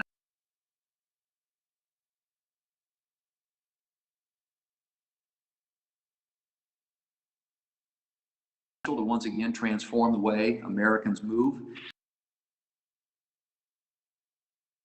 And the U.S. must once again lead the world in this transportation revolution. Mr. Feit, in your testimony, you mentioned engineering and innovation centers working toward the development of autonomous and connected vehicles. Beyond bolstering U.S. technological competitiveness through investments in supply chains and domestic industries, what do you believe Congress or the Department of Transportation can do to encourage the testing and deployment of AVs? Well, first of all, Senator Thune, thanks for the comments. I think you're right on with the opportunities of what AVs can bring to our country and the world. And I think that it's nice that we're in America, the leader in the technology, and as PACCAR that we're partnered with leaders in the technology, with Aurora, with Waymo, Kodiak, Embark, and others in our development efforts. So I think that what we really need is the clear vision of what will be allowed from a legislative standpoint, and then we're going to need to clarify what the judicial requirements are going to be in terms of liabilities as we move forward. Right now, the industry is in a really good spot in developing level 4 autonomy, and we're moving it forward. It needs to be done safely. That's the most important thing, right? Safety has to be the most critical factor, and we'll continue to focus that way. And then we'll develop capability over a period of time when it's safe in certain corridors, and those corridors need to be clearly identified. And then we just need to have a general knowledge sharing between government and industry on how we make sure that we roll this out in an effective way. So I think it's a dynamic conversation that we are happy to engage with on an ongoing basis. Thanks. Mr. Gelsinger, given Intel's work in this space, do you have anything to add on promoting the domestic development of AVs?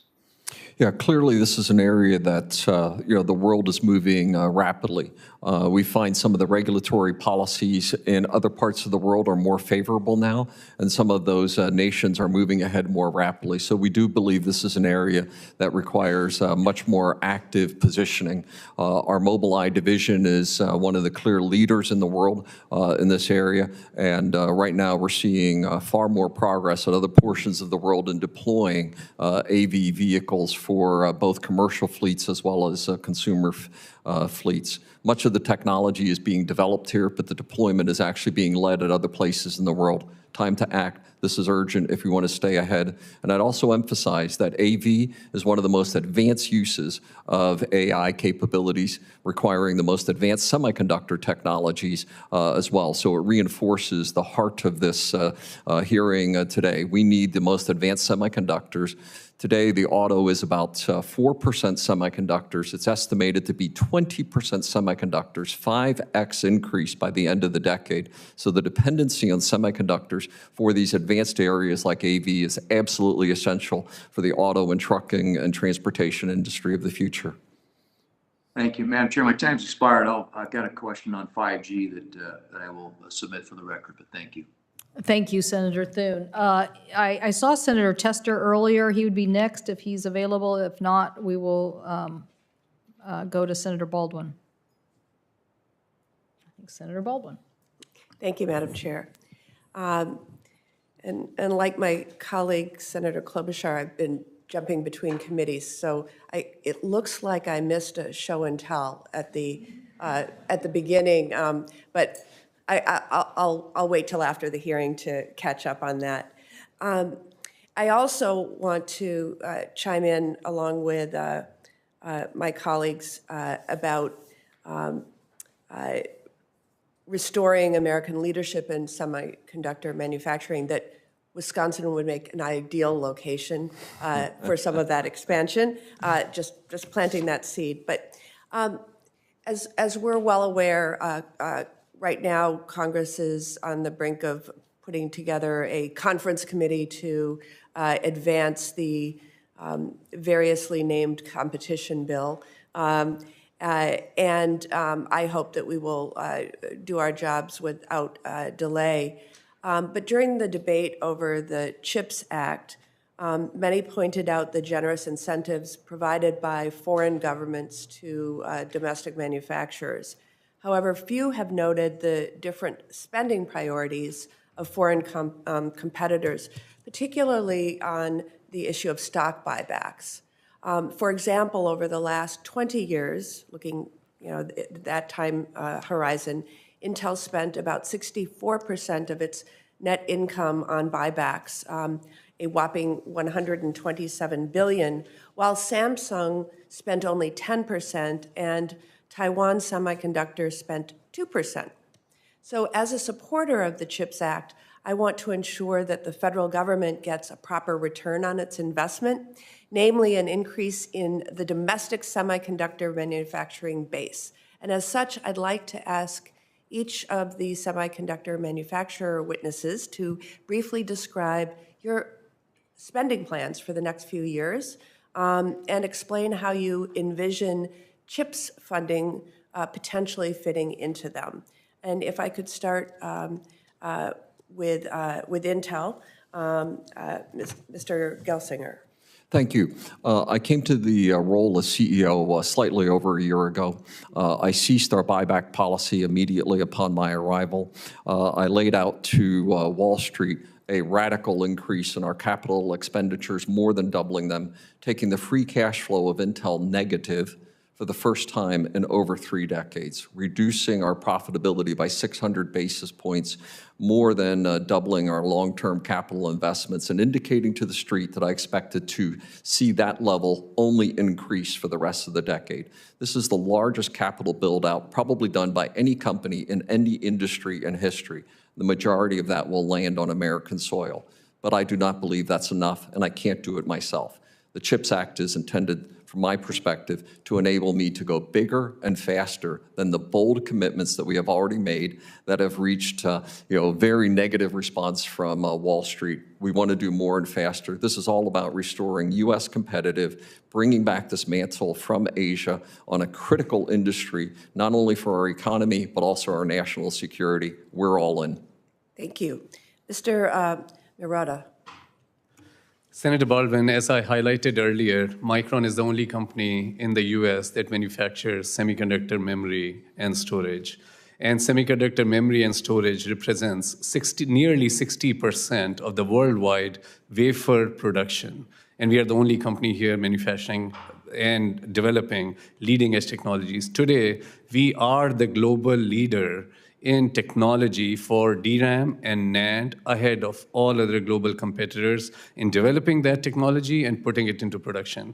We have done so by making billions and billions and tens of billions, more than that, investments over the course of last few years in leading-edge R&D and investments in manufacturing. We'll always prioritize our investments in R&D and manufacturing to be able to secure leadership for Micron in semiconductor memory technology and to be able to meet the growing needs in this world of data economy for more data solutions, which we make, memory and storage solutions. So that will always be our highest priority. As part of that, we have announced in October of last year that over the decade, we will be investing more than $150 billion in leading-edge R&D and manufacturing. So that is the priority, to continue to drive innovation, to continue to invest in R&D, to continue to support the manufacturing. That's our plan, and that's our focus. And Mr. Archer.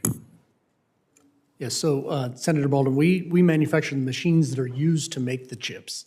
And so our priorities for the future are the same as they've been the last couple of years, which is to expand our capacity. Nearly 70% of our manufacturing capacity is in the U.S. We spend about 90% of our R&D in the U.S. Last year was $1.5 billion. Our priorities for the future are just to continue to invest to accelerate innovation in support of the domestic and global semiconductor manufacturing industry in order to try to alleviate many of the global shortages that we've seen in chips that are affecting so many different industries. And so we're going to just continue to invest to maintain our leadership in this space. Thank you, Senator Baldwin. Senator Warnock. Thank you so very much, Madam Chairman. Whenever I'm back in Georgia, I hear about the rising costs for families, and I'm deeply alarmed by how the global semiconductor shortage is behind many of those rising costs in the automobile industry. We've seen costs increase for new cars by 11%, 37% for used cars. Almost everything relies on semiconductors, not just cars, but cell phones, washing machines, which means that due to this chip shortage, families have faced sharp increases in the cost of computers and cell phones, which they need for work and school and many other products. Mr. Gelsinger, yes or no, do you agree that the semiconductor shortage has likely contributed, at least in part, to higher prices of things that families rely on, like cars, computers, and washing machines? Yes, I agree. In fact, rising costs don't just hurt car buyers. Thousands of workers, like those at the Kia plant in West Point, Georgia, which had to shut down a couple of times, have been affected by the shortage. And that's why last May, I proudly supported federal funds to increase domestic semiconductor production. I was proud to work with Senator Peterson on that issue when the U.S. Innovation and Competition Act went through committee this last May. And I supported it again when the House recently passed the America Competes legislation. Mr. Gelsinger, do you also agree that providing additional resources to the Chips for America Fund would help alleviate the semiconductor shortage? Yes, I believe it would. It takes time to build new factories. So, the urgency associated with this is critical, but unquestionably, this will help to alleviate the shortages, mostly in the medium and longer term, but immediately helping is a very positive step. We've already wasted several quarters since the Senate acted last year, and now it's time for us to move forward rapidly. I agree. I think it's past time and that Congress move immediately and pass this funding that the President needs to sign into law. Now, related to the semiconductor issue, America, of course, needs a robust semiconductor workforce that reflects the diversity of the nation. As Congress makes investments in domestic semiconductor manufacturing, we must make sure that we have the benefit of all of our talent, that we ensure that businesses are doing what they can to make semiconductor jobs more accessible and attract partners from underrepresented communities. I'm a graduate of an HBCU, I'd argue the greatest of all, Morehouse College. But I've long been a champion for all of our HBCUs, which have been punching way above their weight, doing so much for so many for so long with so very little resources. I'm proud to have fought for $1.2 billion in funding in the recent competition package to support research capacity building at HBCUs and MSIs, including for semiconductor-related research. And I also recently sent a letter with Senator Padilla supporting a provision in the America Competes Act that would create an Office of Opportunity and Inclusion at the Department of Commerce to develop standards that will help expand opportunities in the semiconductor industry for traditionally underrepresented individuals. So I want to ask each of you, as industry leaders, would an Office of Opportunity and Inclusion support the semiconductor industry's efforts to attract more women, more people of color, and rural workers, and do you see this as essential to the work? Mr. Gelsinger? Yeah, I would say whether we have the office or not, we are deeply committed to these topics. We've been increasing our underrepresented minorities and our female workforce. We've set a goal to have 40% females by 2030. Part of my selection of Ohio, right, and our recent education initiatives that we just announced last week for a $100 million investment were specifically because of increasing our minority and female workforce. We would love to discuss this topic with you more deeply. But do you think having an office might encourage others similarly positioned to make a similar commitment? It certainly could, and we'd look forward to that conversation with you. Thank you. Mr. Mehrotra, I'm sorry, I hope I didn't butcher your name. No, you didn't. Thank you. Senator, we are well aware of your and Senator Padilla's letter regarding Office of Opportunity and Inclusion in the Commerce Department. I would like to highlight that Micron has been a strong proponent. It's a core value of Micron to promote greater diversity and to increase representation of minorities within Micron. We publish a diversity and inclusion report. We call it For All every year, and this report highlights our key initiatives in terms of increasing representation across all diverse groups, in terms of pay equity, not only in terms of gender pay equity, but pay equity not only for salary, but for bonuses and stocks for all underrepresented groups in the community, focus on engaging with minority-based suppliers as well. So we have, and putting our cash, investing it with those that represent minority institutions in terms of financial institutions. So we have several initiatives. We report our progress. Our values are very much aligned with promoting greater opportunity and inclusion, and we continue to be strong So supporters. you would support such an office, and you are pledging your own commitment to make sure that people of color and women are represented and provided access to employment opportunities. Mr. Archer? Yes, also at Lam Research, this is an incredibly important topic, and therefore we're supportive of any activities that can help us expand the workforce in the United States, including tapping into diverse work groups. One of the things that we're most proud of is we partner with organizations like the National GEM Consortium, which has members, many of which are the HBCUs. And what we promote is trying to help students pursue advanced degrees, masters and PhDs in science and engineering, so that they can build meaningful and long-lasting careers in companies like ours and others throughout the semiconductor industry. Thank you all so much. I look forward to working with industry leaders to increase semiconductor production in our own country and that we make good use of all of our talent. And Senator, I just wanted to highlight to you that we recently opened a center in Atlanta, Georgia, and we are engaged with HBCUs there as well. And the purpose of this design center that we have opened there, where we'll be recruiting 500 engineers over the course of next few years, is really to, again, tap into outstanding, diverse talent that exists in the region. Thank you so much. I don't see Senator Fisher or Young. I know Senator Young said he was coming back, but we'll just keep going on our side. Senator Peters. Well, thank you, Chair Cantwell, and thank you for convening this incredibly important hearing, and great to have the witnesses here as well.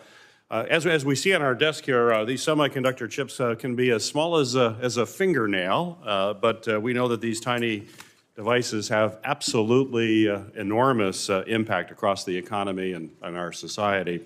And certainly a clear example is the auto industry, something I'm very close to as a senator representing the great state of Michigan.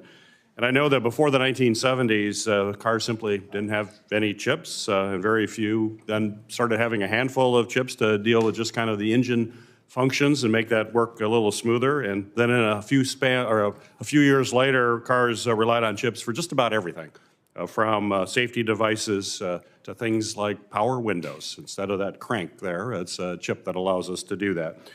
They've basically become ubiquitous, and some cars or vehicles now have over 1,000 chips in them. And in light of this trend, it's no surprise that the pandemic contributed to a global chip shortage. And when that happened, it hurt auto production and auto workers particularly hard. As we look to the future, chips are going to play an even more important role in mobility, as they are essential, as I think was discussed earlier, for both electric vehicles as well as autonomous vehicles, which represents the future for the auto industry. That's why I'm excited to chair a hearing in Detroit this coming Monday, and we're going to examine the role of semiconductors in the future of automotive innovation. And I certainly believe it's essential that we make our semiconductor supply chains as resilient as possible, not just efficient, but highly resilient. And I think my state of Michigan is particularly well positioned to lead this effort. Not only will this grow jobs and economic activity in the semiconductor industry, it will also strengthen the entire economy, especially when it comes to not just cars, but all products that use these chips. So, Mr. Mehrotra, as you know, and as you've mentioned, cars are becoming increasingly electric and autonomous, and Michigan is certainly leading the way in the manufacture of these vehicles. But automakers in Michigan are also going to require more and sophisticated semiconductor chips as we move forward, not just the legacy chips we have now, particularly when it comes to memory and to storage. Indeed, you described vehicles earlier as a future data center on wheels, which is basically clearly what they are now and will increasingly be. This is just one reason why I expect that Michigan is going to be a significant player. We're a major manufacturing state, home to many other industries that see their products more integrated with chips, from medical devices to defense applications. Michigan's future with the semiconductor industry is also rooted in world-class universities and training programs which prepare workers for these roles, as was discussed earlier, from R&D to making cutting-edge products. Simply put, another plug for my state, Michigan knows how to make things, so it's no surprise we're seeing a major influx of investment around semiconductor technologies like KLA operating its second headquarters in Ann Arbor, and without a doubt in my mind, funding for the CHIPS Act will be critical for growing this forward. So my question for you is, Mr. Marocha, can you discuss how Micron's memory and storage technologies will play a role in electric and autonomous cars of the future, as well as all of the other products we make in our manufacturing state? Senator Peters, thank you for your question and giving me the opportunity to highlight here that in semiconductor memory and storage, Micron has globally #1 market share. So we have been strong partners to supplying to the automotive industry globally and strong partners to the US auto manufacturers. And during the pandemic, with various semiconductor supply chain shortages, we worked closely with automakers and made sure, pleased to say, that our memory and storage solutions did not cause any line down situations, and we continue to be a strong provider of our solutions to them and will continue to maintain our #1 market share leadership in this very important and fast-growing segment for the semiconductor industry. And we have earned this #1 market share based on the high quality that Micron is focused on delivering to this industry, but also high quality that is focused on delivering solutions, whether in data center or intelligent edge or multitude of user devices that are using more and more memory and storage. You're absolutely right to point out that I often say that autonomous vehicles are becoming data center on wheels. Today, they have a roadmap that will be using more than $750 of semiconductor memory and storage content in these vehicles, more than 15 times higher than the standard vehicles of the past. So this is a tremendous opportunity, and Micron's focus on leading edge technology is important. We are continuing to work with automakers to help them transition to the newer technology nodes faster, because that increases the availability of memory supply, and in general, moving faster to leading edge nodes help increase the availability of all semiconductors and avoid the kind of shortages and situations that have occurred in the past. So this is an important initiative. The partnership with the auto industry is important. And of course, making investments here in the US with the support of not only just the CHIPS Act, but also with the investment tax credits is critically important. And Micron is looking forward to having these legislations get across the finish line so that with a sense of urgency, we can begin to play catch up in terms of bringing leading edge memory manufacturing onshore and play catch up with Asia, which has been investing for the last 20 years plus heavily with the government support in bringing their semiconductor manufacturing onshore. Well, thank you. Thank you for that answer. Thank you, Madam Chair. Senator Rosen. Thank you, Madam Chair, for holding this hearing. And I want to say, as a former computer programmer, when I started, those disk drives were called platters. They were giant. We had giant rooms that had to be cooled. Everything was big. And now, look, it's small. There's things even smaller than this. It's amazing. It's lighter, cooler, faster, and more powerful. So thank you for bringing those. And I really want to talk about the semiconductor impact on broadband, because the shortage has far-reaching consequences across sectors, particularly broadband. They're an essential part of all telecommunications network. Our consumer, our business equipment, our modems, our routers, our gateways, our devices, everything depend on the chips to manage it, to control it, to collect our information, divert information, store it, whatever that is. And the telecommunications industry has been sounding the alarm on shortages' impact on deployment, particularly of our broadband across the country. And I was a member of that group of 22 senators who helped draft the infrastructure bill, including the state broadband grant program, the Middle Mile Deployment Act. And I know that these programs will provide critical funding to state and localities for reliable, high-speed internet to the last mile. Really, our rural areas, being the frontier rural areas in Nevada, being really adversely impacted. So, Mr. Gelsinger, Can you talk about the impact the semiconductor supply chain issues and shortages that they've had on the telecommunications industry? And how are the current semiconductor supply chain delays? How do you think they may impact the federal broadband programs, particularly those ones we just created with the bipartisan infrastructure law? Thank you. And, first, I'd also want to point out that just 3 years ago, we were desperately fearful if we would have lost control of the technologies associated with our 5G networks. Today, technologies such as Open RAN or Open Radio Access Network are now opening up the 5G networks.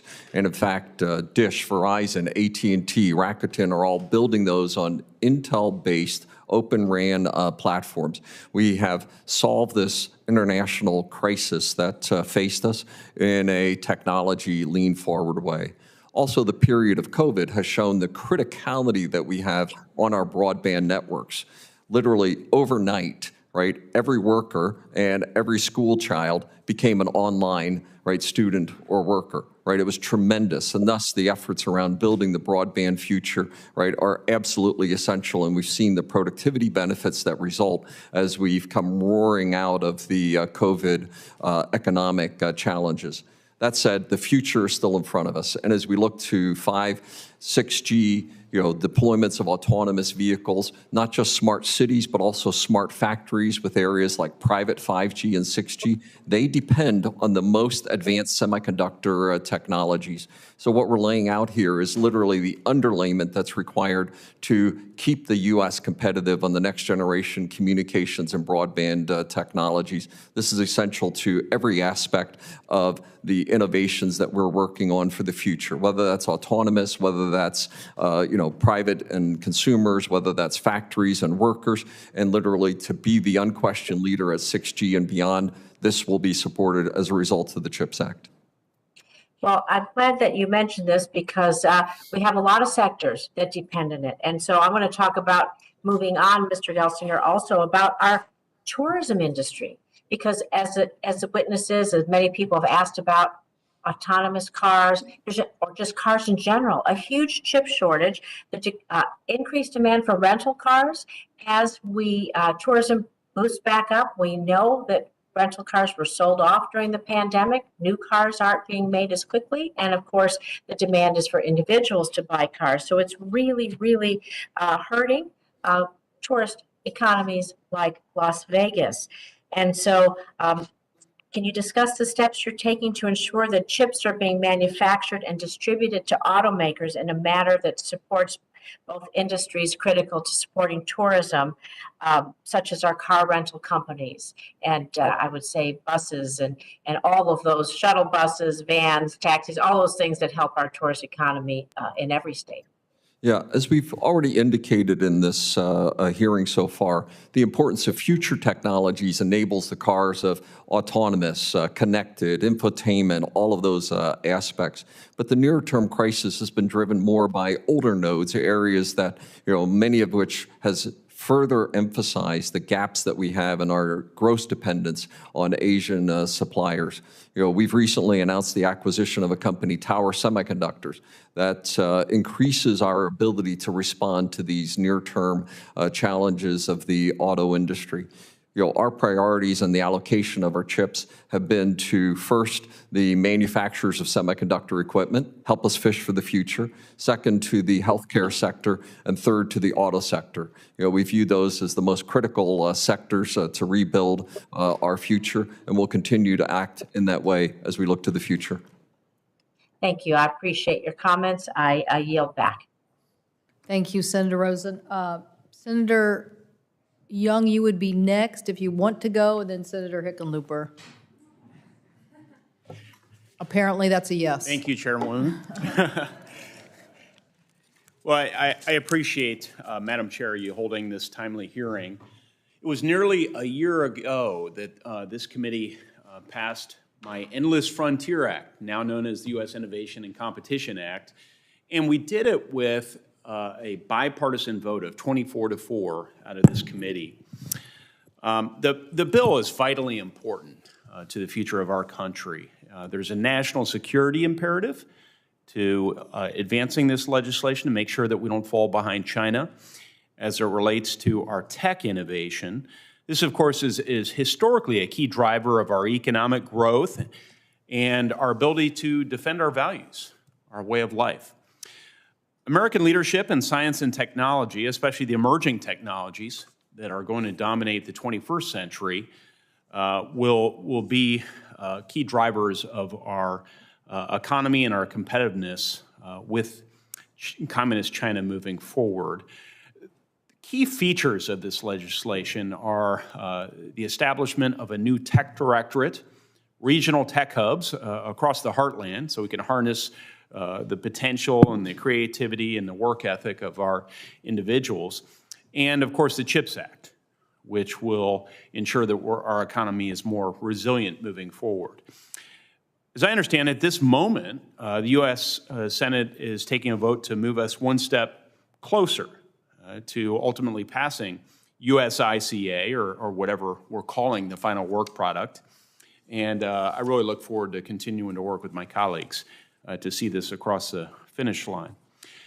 In order to drive U.S. semiconductor innovation, we mustn't only incentivize growth in the U.S., as USICA and the CHIPS Act aim to do, but it's also imperative that we reduce our reliance on other countries throughout the entire supply chain. Mr. Gelsinger and Mr. Marorta, I'm sorry, I butchered your name there. I couldn't help but notice in your written testimonies that neither of you mentioned China, and I'm going to give you an opportunity to speak to a couple of questions. What is the current state of the semiconductor industry with regards to China, and where do you see the industry's future in China? Mr. Gelsinger. Yeah, China has emphasized the development of this sector on Chinese soil very significantly. It's been part of every 5-year plan in China for the last 2.5 decades of this priority area. And they have made substantial progress in building up their semiconductor industry. However, given our export license control matters, they're significantly behind. And their position is largely in older nodes and older industries, not on leading edge technologies, where U.S. and European capabilities are still far more advanced and other Asian countries are advanced. And thus, we believe that such practices for the future are important to continue the leadership that we have, to be very, very thoughtful about being able to sell products there so that we're maximizing the position of our product revenue, but to continue to keep a substantial technology leadership for our equipment suppliers as well as our chip suppliers to be able to have revenues there. It's the largest chip market in the world in China. So we need to be able to participate to become the largest companies in the world, even as we be very careful to protect our intellectual property and leadership position. Sure. Mr. Marorta, do you have anything to add, sir? I would just add that as China is one of the large markets, it is a large market not only due to Chinese companies using semiconductor products, but it is a large market due to many global businesses operating there and manufacturers such as Micron supplying product to them in China as well. So the China market does help provide scale that is important for semiconductor industry. The benefit of scale ultimately goes into investments in R&D. I would also add, as has been highlighted here earlier as well, that China certainly is very much recognizing the importance of semiconductors, certainly recognizes the importance of memory semiconductors, which Micron is the only company in the US making those, and is investing more than $100 billion supporting their semiconductor industry. And hence, it is extremely important that US does play catch-up with CHIPS Act, with investment tax credits, and timing is of the essence. Other countries are moving forward. We need to catch up in this area to get a level playing field. And as part of level playing field, of course, other aspects of free market access, fair trade policies, protection of intellectual property, these are all aspects that are clearly important as well. Which is why we're advocating for this USICA legislation. So thank you for affirming that. And lastly, maybe very briefly, because my time's coming to an end, but do any of our panelists have concerns with our reliance on other countries for the rare earth mineral inputs that are used in semiconductor production? The requirements are fairly modest on rare earths. Other areas like batteries and some of those are much more significant. That said, we believe we need resilience in the supply chain, and this deserves a lot more investigation. As we say, build the fabs, restore the supply chain, and work through all of the other elements that would feed that supply chain. That's the formula for our long-term success. Thank you. Thank you, Senator well, I should say thank you, Senator Young, thank you and Senator Schumer for the two of your leadership on the underlying U.S. Innovation and Competition Act, and appreciate all your hard work in shepherding this through the process and your attention to coming back here today and adding that issue. Senator Young has been very concerned all along about the China impact of this, so appreciate his comments. Senator Hickenlooper. Thank you, Madam Chair. First, I want to thank each of you for your time today and for your careers. Most Americans look at these chips as some combination of machines and magic. And I think that's a consequence of a whole careers dedicated to innovation and constantly trying to find a better way to do it. Let me start with Mr. Gelsinger. I appreciate the recent announcement about the plant in Ohio. I think the CHIPS Act is going to create a number of construction, research, and manufacturing jobs all across the United States. I serve as chairman of the Space and Science Subcommittee of this committee. I also chair the Employment and Workplace Safety Subcommittee of the HELP Committee, Health, Education, Labor, and Pensions. And that subcommittee has jurisdiction over workplace education and training. And I guess I've spent a lot of time looking as we go into this great transition into clean energy. We're also going into a great transition of what a job means and how people are going to be trained. I think that the workforce development that's required to navigate this great transition is going to be prodigious. Some estimates for skilled STEM workforce needed to manufacture chips ranges from anywhere from 100,000 to 300,000 workers by 2025. So in your view, how do we help workers from relevant manufacturing fields upskill and reskill to satisfy those needs? Yeah, and we believe that this is a critical topic, one that there are aspects of the CHIPS Act that are specifically designed to address, but clearly this is an area for public-private partnerships at scale.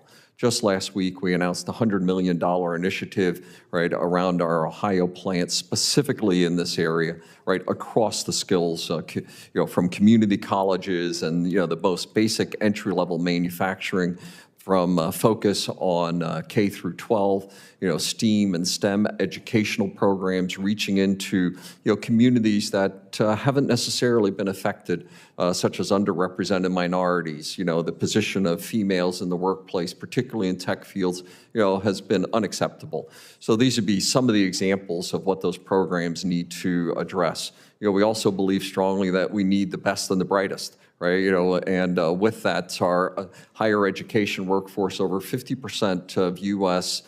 STEM, universities are foreign nationals, right? And I believe that every one of those should get a green card stapled to their diplomas when they graduate from a higher level institution in America. We want the best and brightest, right, in the U.S.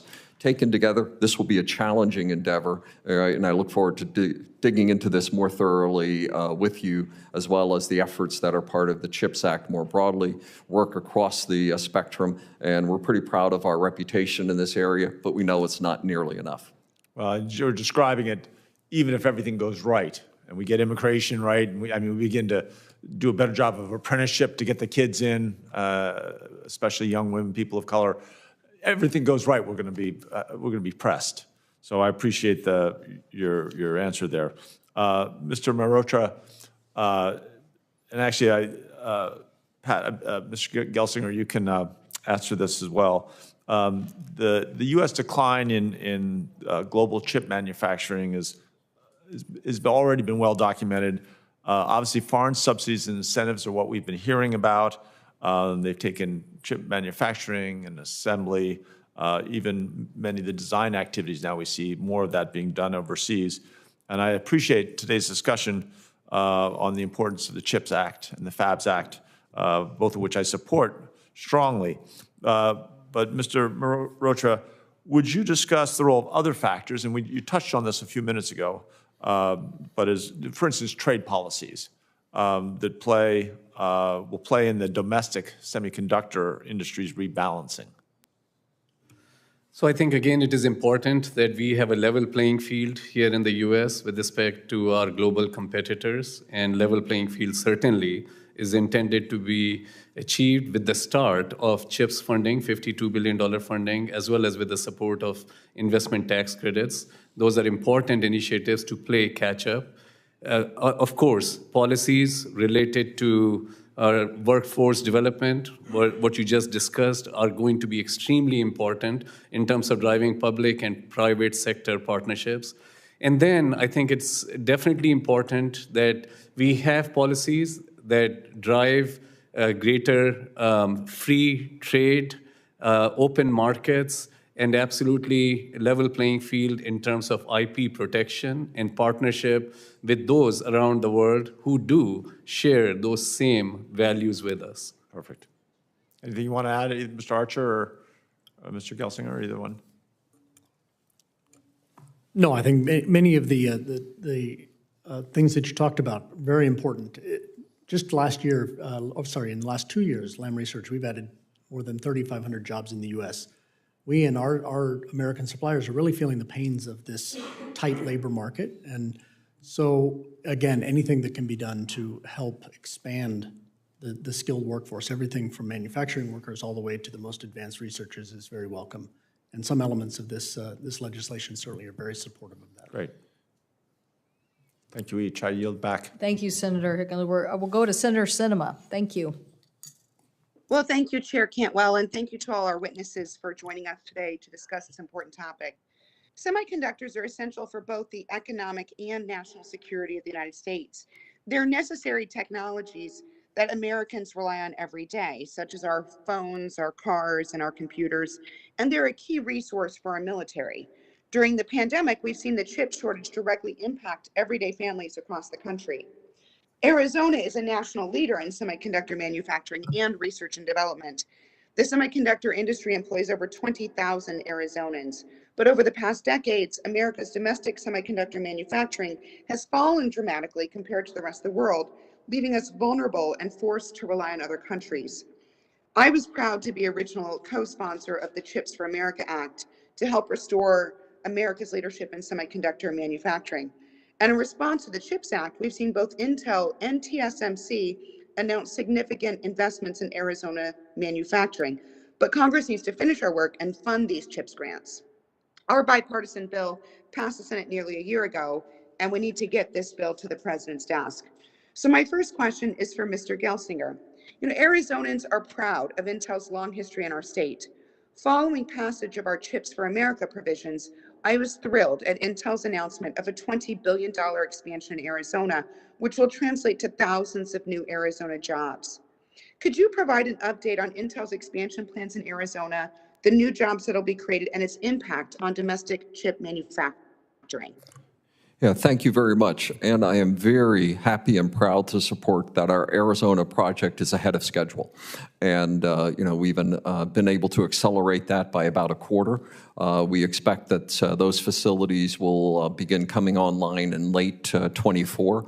We'll employ 3,000 new Intel employees. We'll support on the order of 5,000 to 6,000 construction jobs for the next couple of years. And we've been thrilled by the support. And, in fact, we just had the First Lady join us for our Maricopa County education initiative that we just described there to start building the workforce that we need in some of the AI for the future training programs. So overall, the project is going well. And like you, we are proud residents of Arizona and growing there very rapidly and finding just a very, very warm welcome from the community as we continue to build this next phase of our manufacturing in Arizona.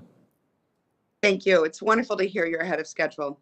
As I mentioned previously, Congress has yet to pass the final bill to provide funding for the CHIPS for America grants that will support our critical domestic semiconductor industry. Mr. Gelsinger, what does it mean for Intel, and particularly for Arizona's expansion project, if Congress cannot pass a semiconductor funding in a timely manner? Yeah, and as I've described it, we will go slower and smaller without the funding. We will go bigger and faster with the funding. I'm putting as much pressure on our profitability and our balance sheet as I possibly can. And I'm doing that at the great howls of Wall Street, seeing our stock lowered as a result of these substantial investments. But even though I'm making such substantial investments, it's not enough to restore American leadership on this technology.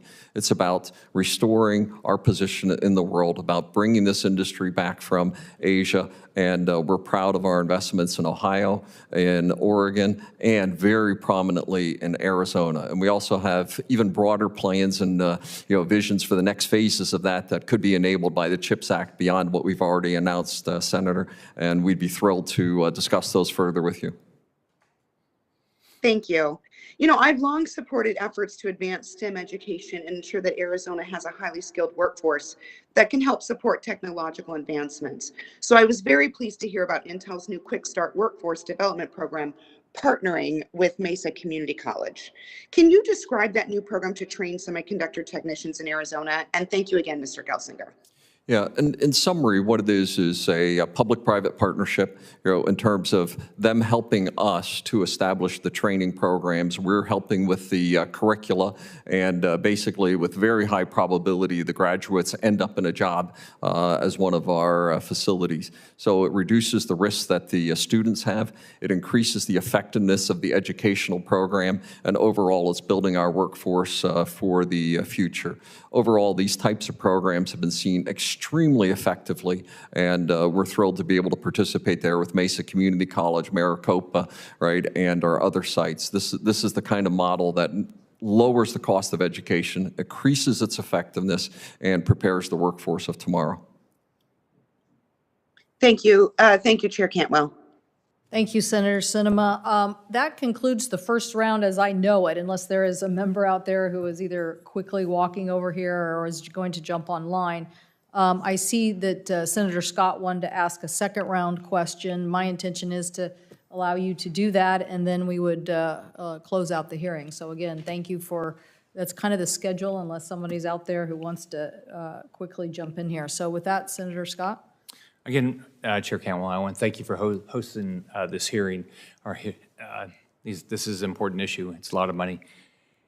I think all of you, each of you, all four of you have run successful businesses. And when you go to your boards and you say, I want to make an investment, you say, or what they say to you is, what are you going to get back? How much cash do you get back? You don't go then say, hey, I'm going to get a bunch of revenues.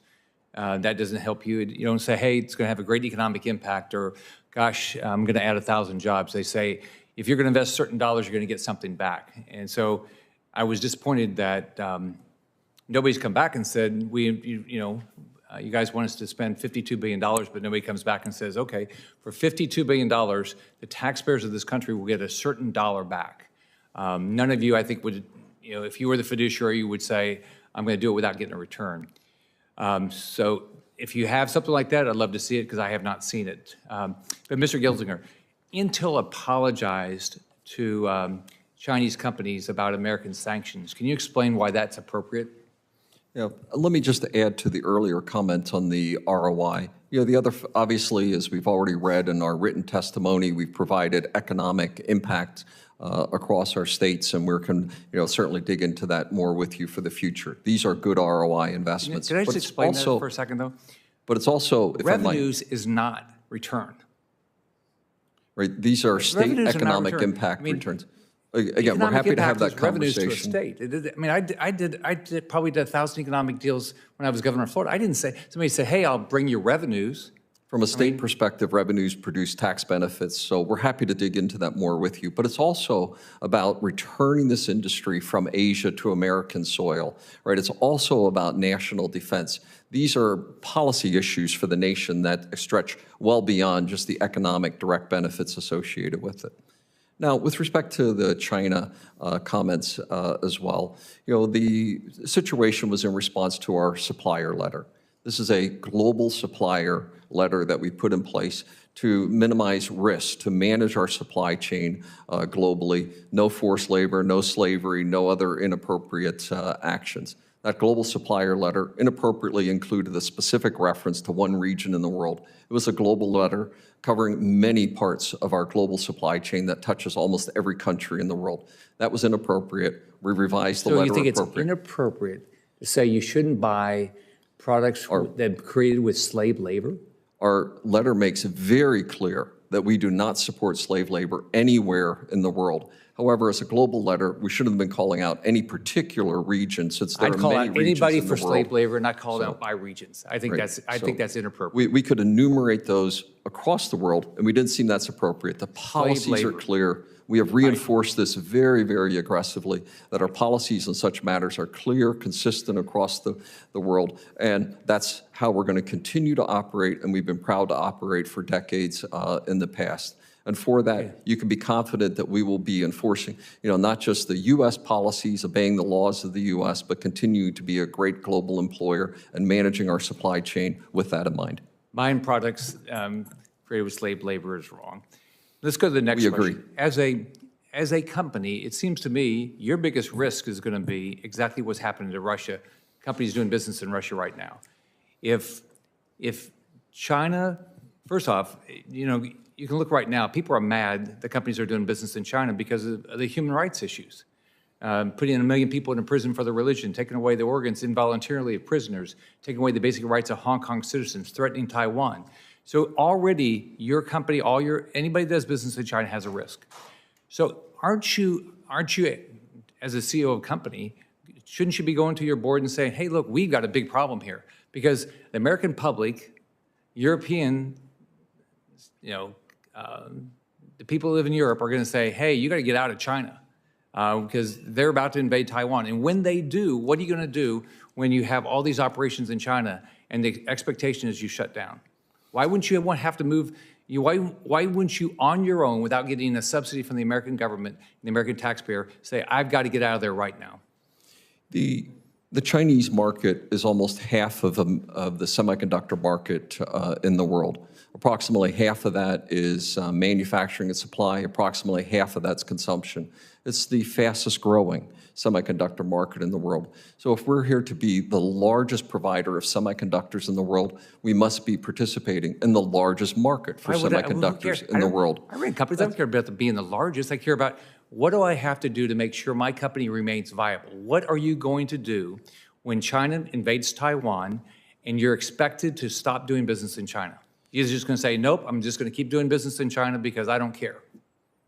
Our expectation is that we will continue a long practice of deepening our investments in manufacturing and R&D in the U.S. and supplying the global market for semiconductors according to the laws, policies, and exports of the So it won't bother you when they invade Taiwan?